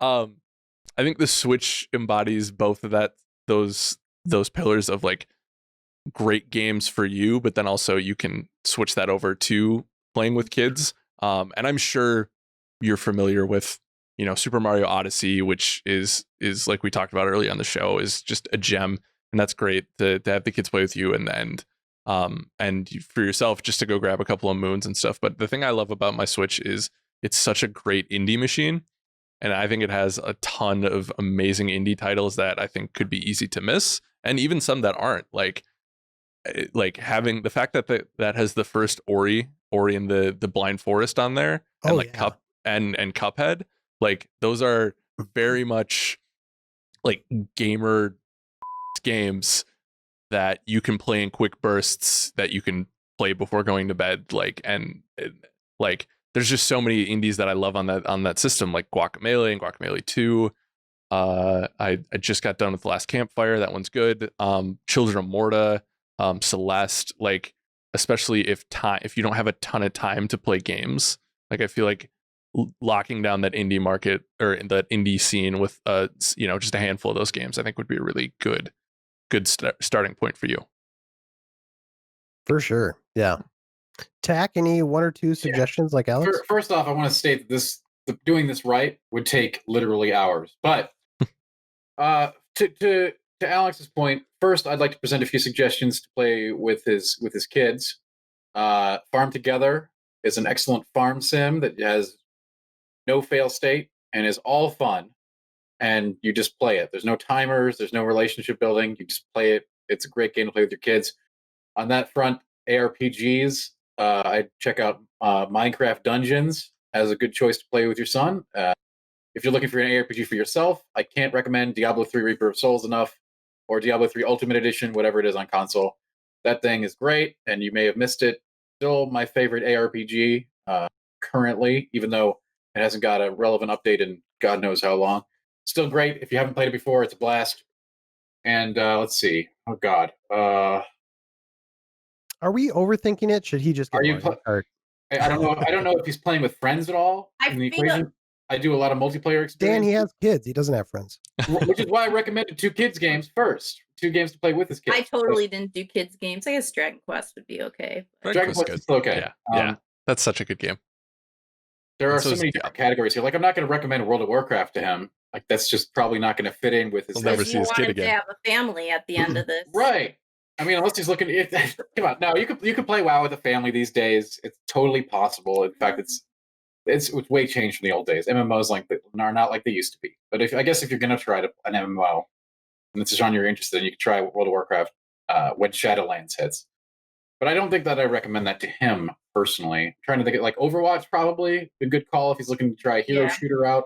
But that's, again, knowing if he has anyone else to play with is important for that. I'd always recommend that to be an experience that you do with friends if possible, or just a friend even. Overwatch is a good call. Yeah. If you're looking for something fun that you can play on. Fall Guys. Fall Guys is definitely, Fall Guys is a good pick. Watching that. Fall Guys is very good. Yeah. Fall Guys is definitely a good pick. And I was going to say, if he's into more strategy games that he could play, like even on his iPad in bed, like Slay the Spire is a great introductory into a whole new subgenre of games that has really taken off. And Slay the Spire will let you know if you like that subgenre. And if you do, the next step is to go to Monster Train, which just got a great update. So you should check that out for sure. You could play 100 hours of Monster Train and you'd still be back for more. I promise you this. If you like that genre. So you got to find out if you like that genre. Slay the Spire is the choice to do. I think that's on every platform now, including mobile. So, and that's thus your way we've to go reached there. the end of our segment where we list off every game ever I made. could go for literally hours Yeah, I here, could go but too. I Hey, man. won't, and I If- I won't. believe you. I if believe you you. played in the older days, like Final Fantasy VII Remake, to relive that, if you played the original, and see He how says he they hasn't played for changed it. 10 years, so but if he was a Yeah. big Yeah. gamer, I wouldn't be surprised. Yeah. Final Fantasy Remake's a Yeah. good one. I just had a friend texting me about that just like yesterday. Like, hey, and we had played it together back in the day, and like he was a huge fan. I was like, man, I'm surprised it took you this long to get to it. But yeah, it's a fun game. Also, one more. I swear I'll stop after this. Divinity Original Sin 2. You'll know if you like it within the first few hours. And if you do like it, then you're into the CRPG groove. If you don't know what a CRPG is, obviously, as the email said, you don't know what these designations are. None of this stuff, it's all jumbled nonsense. Just play it and see if you like it. It's a game it is a role-playing experience where you will come up with solutions to problems creatively. Or you can just hit everything with a stick. That's up to you. But the options are there, and they're great. It's great to have those options. It's great to have that experience. For Go sure. forth and attempt it. Don't worry about what it's called. Don't worry about what all the little, CRPG, RPG, MOBA, MMO, just screw all that. Just go play Divinity Original Sin 2. Okay, done. All right. Okay, done. Great. All right. Next email. Mark from Minneapolis. Do you guys know this guy? Yes. Best Oh, friends. Yeah. You You know Mark? Well, hi, Mark. Hey, Mark, what's up? Mark says, hey guys, I recently started watching the show on YouTube and I'm already a big fan. I'm new to the story-based genre and I wanted to ask you what some of your favorite games are. I just finished Batman the Telltale series and I've started Tell Me Why. Yes, tell me why. he- I just played through that. Yeah, he wants some other games that are kind of like in that Edith genre Finch. that are worth playing. Edith Finch. Yeah, Sorry, Edith Finch is come probably again? number one. What? Edith Finch, Life is Strange. I felt like Life is Strange is a little stronger than Tell Me Why. Personally, Especially that first season, I think is pretty strong. yeah. Let's see. I would say start with Edith Finch, maybe do Life is Strange. If you haven't played Walking Dead, that first season of Walking Dead is obviously a classic and the game that kicked off a lot of this stuff. Yeah. What's the Gone Home? I find really compelling. I thought it was really cool. I think yeah. Gone Home is really still old stuff. I had a friend who did not like it, but I think if it's your thing or not. Trying to think what else. I played something recently, like blinking out, of course, when the cameras are on. Of course. Yeah. I think Firewatch is 95% amazing from a visual sense, and that story is so good. More walking simulator than Telltale style of game, but if you're looking just for more of a human story, well, I guess Batman's not a human story, neither is Walking Dead, but if you're looking for more of a story-based experience, I had Firewatch as my background on my computer for a long time. Like, I love that game. The ending misses the mark a little bit, but the story up until then is so good. Yeah, those are some good options. Hopefully that helps you out, Mark. And call more often, man. Why haven't you stayed in touch? Danganronpa, All if right. you like a visual novel. What is it? Danganronpa. Monokuma. Okay. I was confused that with what's the one with the penguins that explode? Oh, that's Disgaea. But anyways, in Danganronpa, all these kids end up in a school and they're trapped in, and to get out, they have to kill each other. So yeah, very battle royale, but it's very quirky and different. And you go through trials when someone kills another person to try, because if they get off and you guess incorrectly, then they can have their freedom. But if they don't, then they die. So it's a very morbid thing, but it's also there's a lot of humor in it, and it's done in a way that is very interesting and kind of keeps you on your toes. And when you see that one of your classmates has kind of betrayed the group, it's like, oh my God, how dare you? But the death scenes are pretty over the top too. But like I said, it's in a quirky way. You get tormented by a giant bear. End story. What more could you ask for? Sounds great. Right? All right, next email. Thom from Redmond, Washington writes in, Fantasy Greenlight episode 2. You guys remember this? Do. This is the scenario where we have, through a radioactive animal bite, we've been violently and grotesquely transformed into a hive mind of the key decision makers at Sony, Microsoft, and Nintendo. And it's our job to greenlight certain projects and decide which studio to put on the job. Okay. He has 3 game pitches he wants us to do. So we'll try to go through those real quick. He says game pitch number 1 is due out in holiday of 2025. We need a secret agent / spy immersive sim game with lots of gadgets, and it must be in third person. What Wait, what? studio do we want to put on that? What's a secret agent game? So basically, James Bond game / it's an Hitman game. immersive sim game, which is an interesting take on that. A Hitman With lots of simulation. gadget. Yeah, kind of. Do you just get IO to do it, I would get IO. Can we but have them not do Hitman? Let's get Maxis to do it. Gadgets. Yeah. Actually, I wouldn't mind seeing Remedy do it. if that'd be good. If we wanted to go over Gadgets, the if top. what you had in control, all those cool different guns and stuff, like that could be cool. Yeah. I'm going to If- say, no, Alex, you go. I was gonna say if we want to do like over the top, Insomniac could be fun for that They could. No. with the gadgets. You're right. No, that's a bad idea. We hate that idea. What do you say, Ben? What I was going to say is Arcane, the guys who did Dishonored. I think they'd be good Yeah. choice for that. Let's Actually. do Arcane. There we Hey, go. we solved it, guys. Easy We mode. did it. There All it right. is. Yeah. Next game pitch. Game pitch number 2 is due for the PS5 Pro and the Xbox Series X, I guess. I don't know. It's due for their launch, and he's saying in 2025. I think those, if say the new consoles come out. Hey, whatever. This If you year. give us a 5-year dev cycle, that's cool. Take it. I'm not No, gonna. when is the half step console going to happen? The half step will come out in We like don't 2 or know. 3 years, right? Nobody knows. Probably. I think people in 2025 know. And they're saying it happened in 2023. Anyway, it's for these new half step consoles. You Sure. need a mashup game to compete with Smash Brothers, but in a totally different genre. So you can use all comic book characters are licensable as guest characters, and you are not limited to first party mascots. So some kind of Smash Brothers mashup game, but it's not a fighting Sure. game, I guess. Yeah, no problem. You make Fall Guys with Marvel characters. Done. That's not a bad idea. Print money. Well, plus what? All of Sony's characters too? Why? Because you We probably already want to have did like that. Kratos in went there. Why? not? bad. It went bad when they Why? did that. What was that? No, you can tie it into PlayStation some of the All-Stars. hang up. You tie it into some of the new movie releases. I mean, the MCU is going to be going strong. It'll probably be having a resurgence at that point, right? Just, hey, you said you could use any licensed comic book stuff, right, too? So that's it. Marvel versus DC, the Fall Guys game. That thing would make so much money, it would explode. The universe would actually implode on itself. Okay? Done. My And that's pitch- what you want? Are you a supervillain, Dan? That sounds like a supervillain plot. Sounds like a great game and a lot of money for us, right? Because we're the collective heads of all these companies. Okay. Correct. That's a good option. What if it's just an Avengers style game, Oh, we did that. but just- with all of the Sony characters? So you got Nathan Drake, Kratos, Sackboy, maybe. I don't know. They're Knack. all playing together. Knack. I mean, Yeah.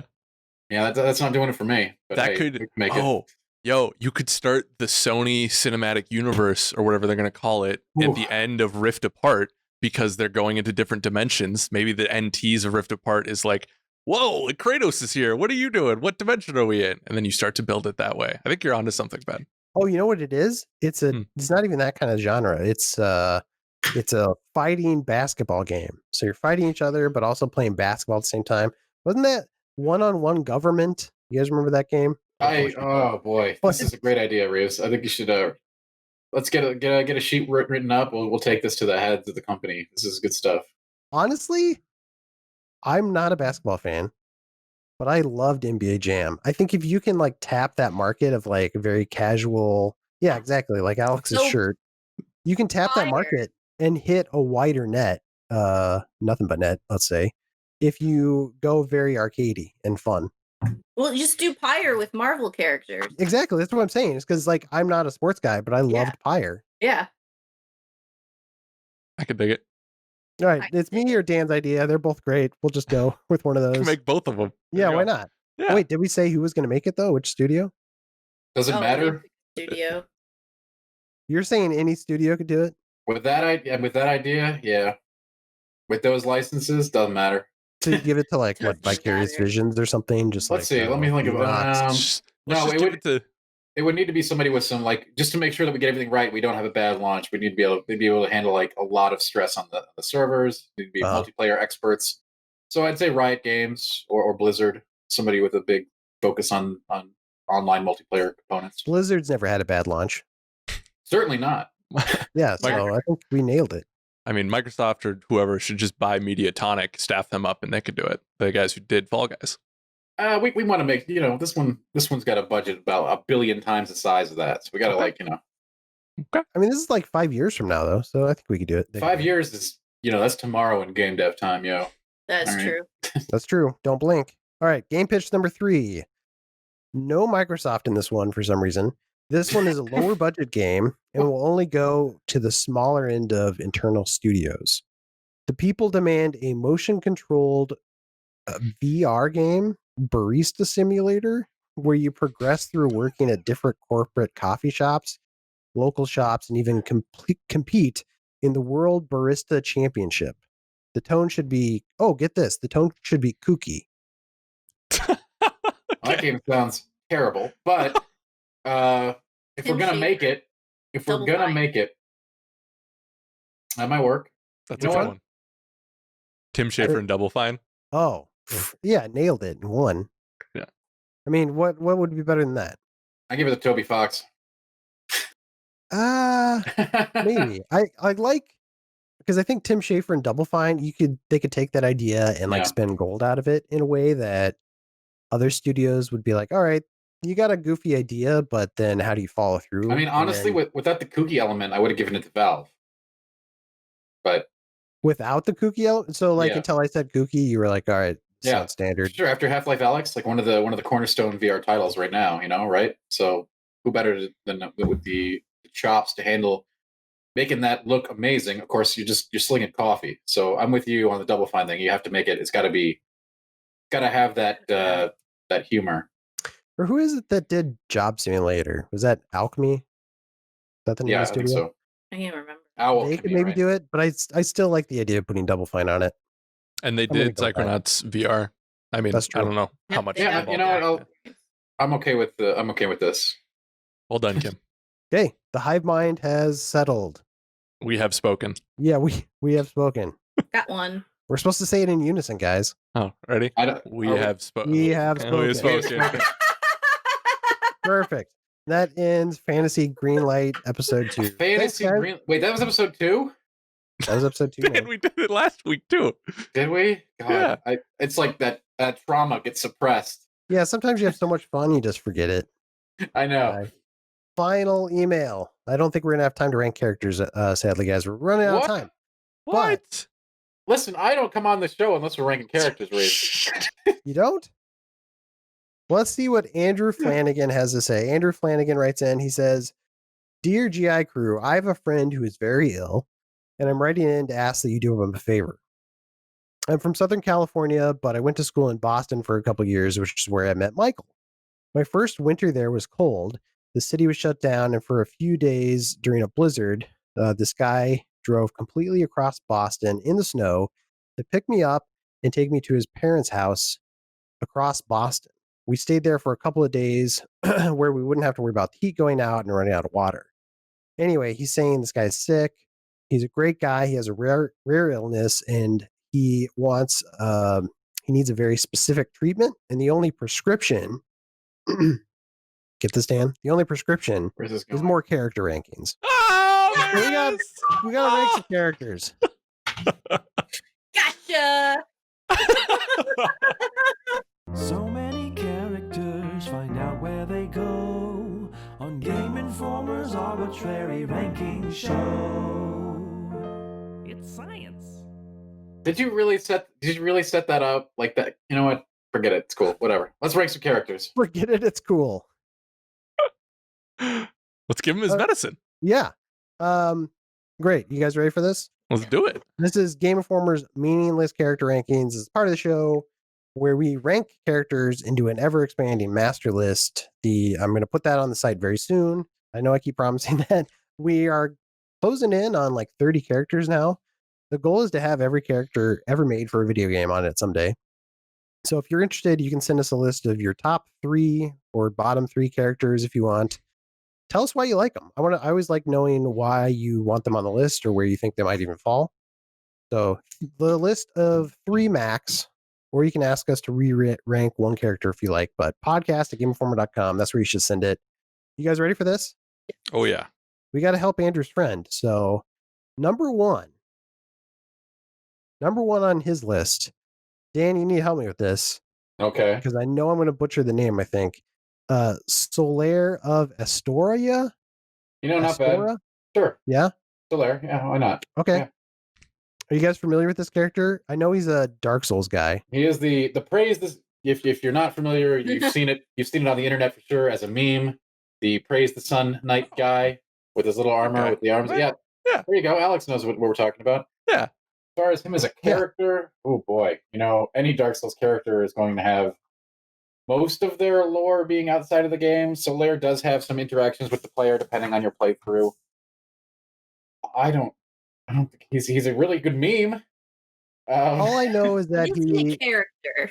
He's a character. Yeah, he's he has an interesting look. What he's like doing this because he's praising the sun. Yeah, he has voice lines. He encourages you to participate in jolly cooperation. Okay. Cooperation with other players to take down bosses, etc. And he is a ray of shining light in an otherwise dark world. There you go. I love it. I mean, he seems fine to me. I like his shirt. Otherwise, he seems like kind of a stoic knight. As far as stoic knights go in Dark Souls, he's probably one of the least stoic. In terms of comparing him to other knights throughout video games, certainly very stoic. In terms of his comparison to other Dark Souls knights, he is a regular loquacious individual compared to the people that you meet in that world. Okay, that's fair. I don't feel qualified enough to rank him, honestly, because I haven't. Well, even though I played those games, let me see. I'm going to be fair about this. With them, so either of you guys want to weigh in, or should Dan do this himself? I think Dan's got it. I see a spot, but I'm curious to see where Dan puts this. Let's put him. Man, I'm going to be too kind to him because he's Dark Souls, though, aren't I? You just said you're going to be fair. Dan, I am going to be fair, but it's science. You can't list. I don't know, Kim. Is this your first time on? Is this your first time on this list? It is. You have no idea what hell that you've entered. Okay. I'd put her above. I put him above Chibi Robo. Chibi Robo currently sitting at number 12 on our list. See, I'm surprised you didn't try to put him under Bubsy to push Bubsy up the list. Bubsy is where he belongs. I'm okay with where he's at right now. I've come to terms with where we've placed him.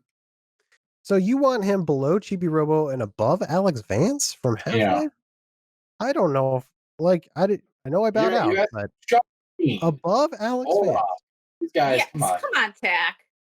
What? Chuck I would go below Oran, above. I could put him maybe above Iron Man. Oran is in the wrong spot. I know that, but we can't do anything about that right now. We can't change the spot. Put him below it.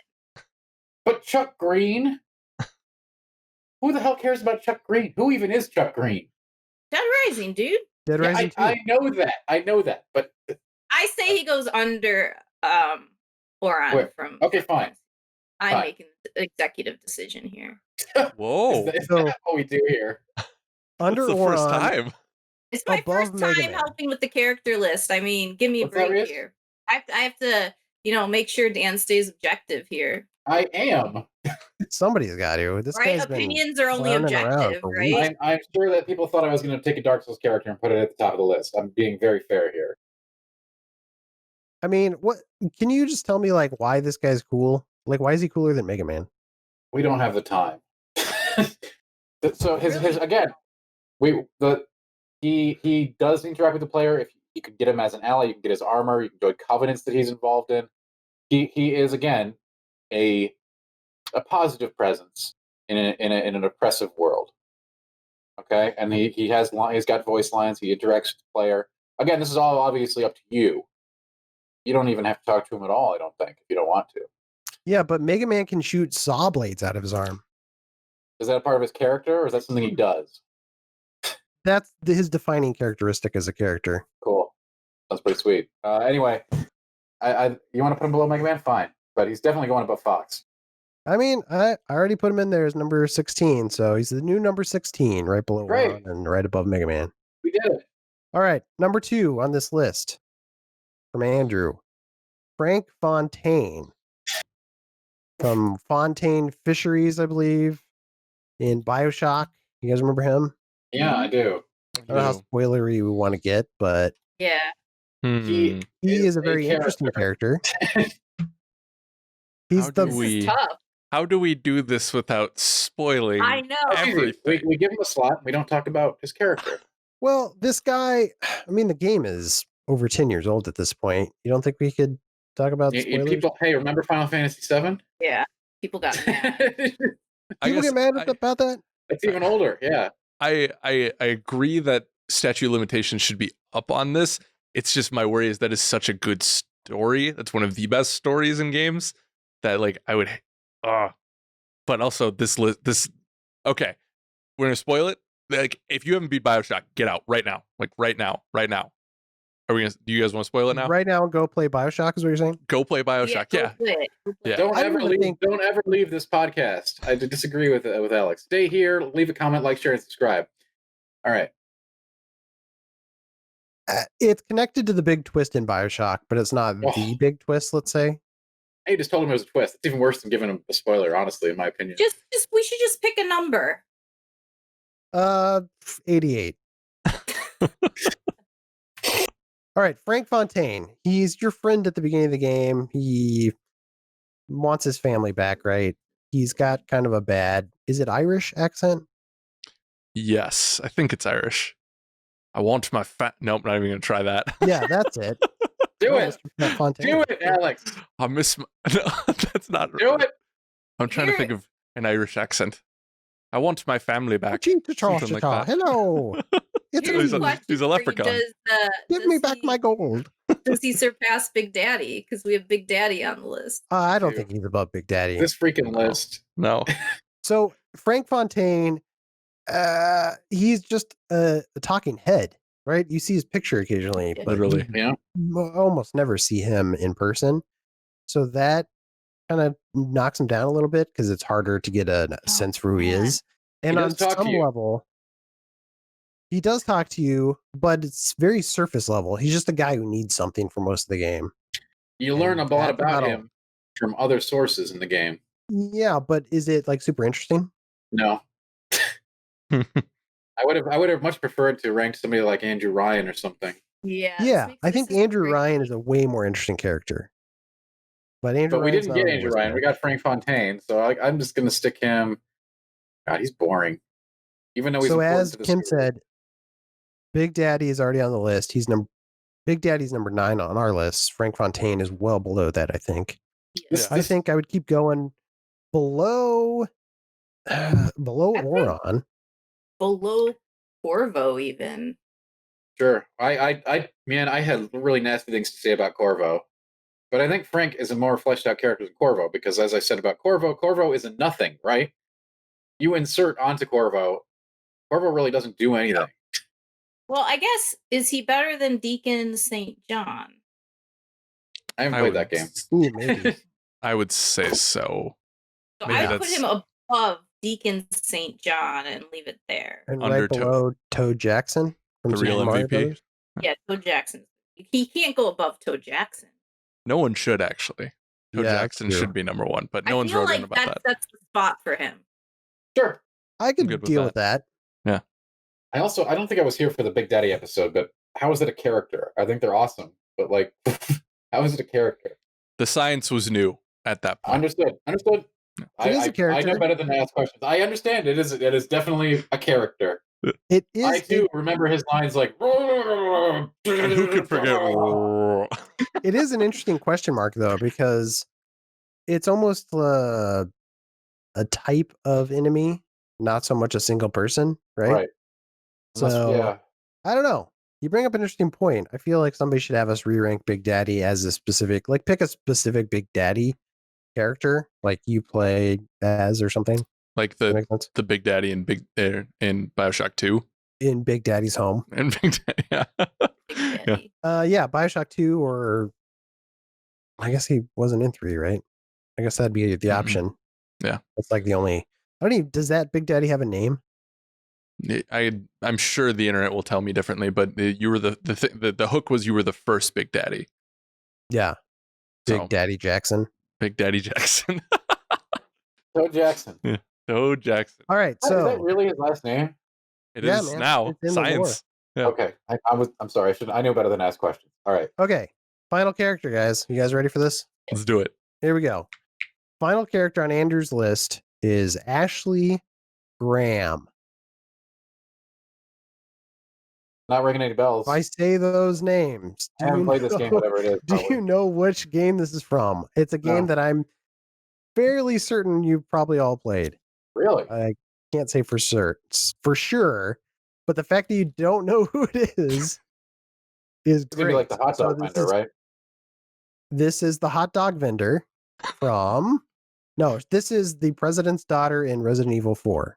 Yeah. Okay. Yeah. That's. I just. Wow. checked. Oh, Was like, that Wow. sounds So yeah. Okay. Dad's about to go in. They're not appearing in this film. We have these. Why do they pick these characters? You got the whole, the lexicon of gaming characters, and you go and pick something like, all right, whatever. I'm not I do weighing on like this that we have one. almost 30 Move characters on this list, but Mario is not on here. I love that so much. Yeah.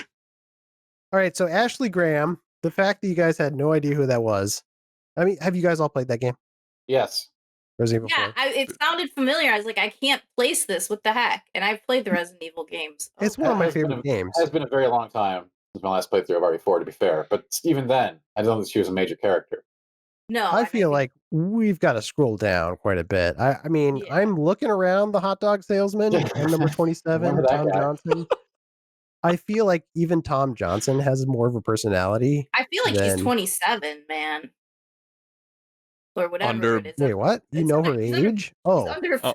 she's under Funky Kong, man. No, really?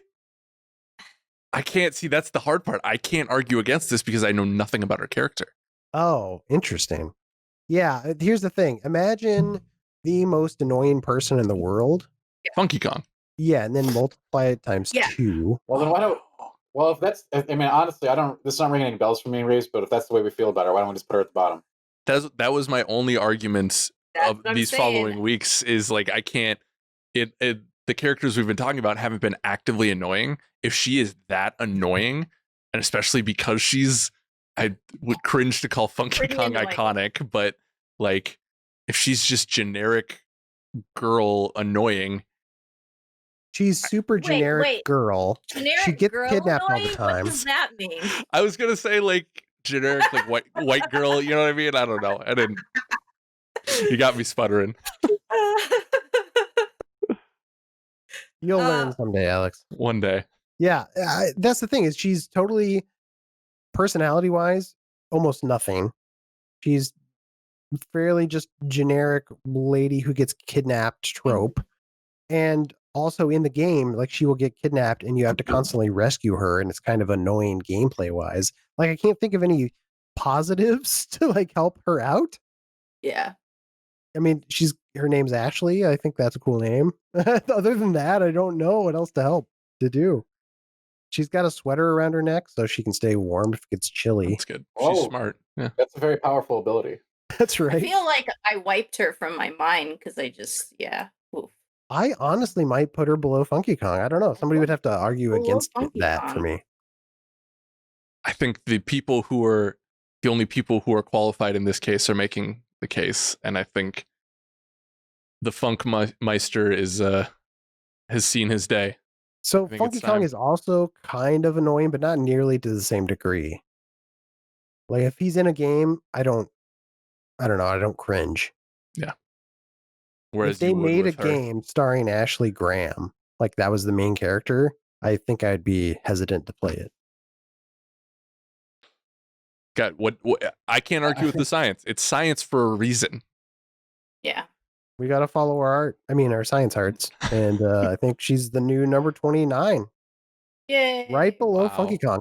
Wow. Funky Kong was finally dethroned. He's lost his crown. After 5 weeks, 4 weeks? How long Yeah. have we been doing this? That's a run. We'll see if anyone can top it. I think I can confidently say that Ashley Graham will never be dethroned. Oh hear that? no! You know what you just did? Yeah. Now people are going to find Get ready. some real deep Get ready. cuts. Oh god. Well, Here we that go. brings us to the conclusion of the email segment. Please write them in, podcast@gameinformer.com if you want to send us an email question, you want to send us some characters to rank. We are all eyes when we read those.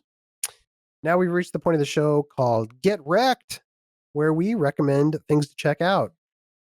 What do you guys got? Dan, I know you're always excited to recommend some stuff. Yeah. Hey, what's up, YouTube? Get wrecked. Ah, there it is. Yeah. Hey, what up? Man, there's so much great stuff on the website right now. I'd go check out our new gameplay today for Call of Duty Black Ops Cold War, where you can see me do some elite ponage in the highest sense of the word. All right, check that out. It's mad. It is the definition of get wrecked. All right, get in there. All right.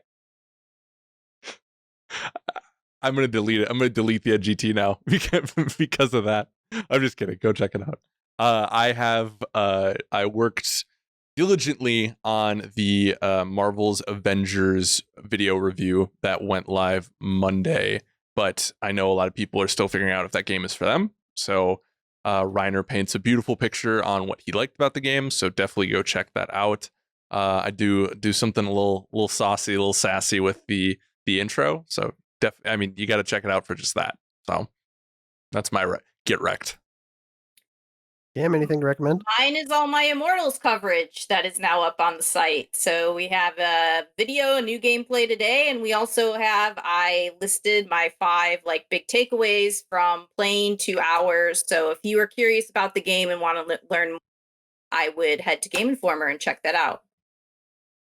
Perfect. Yeah.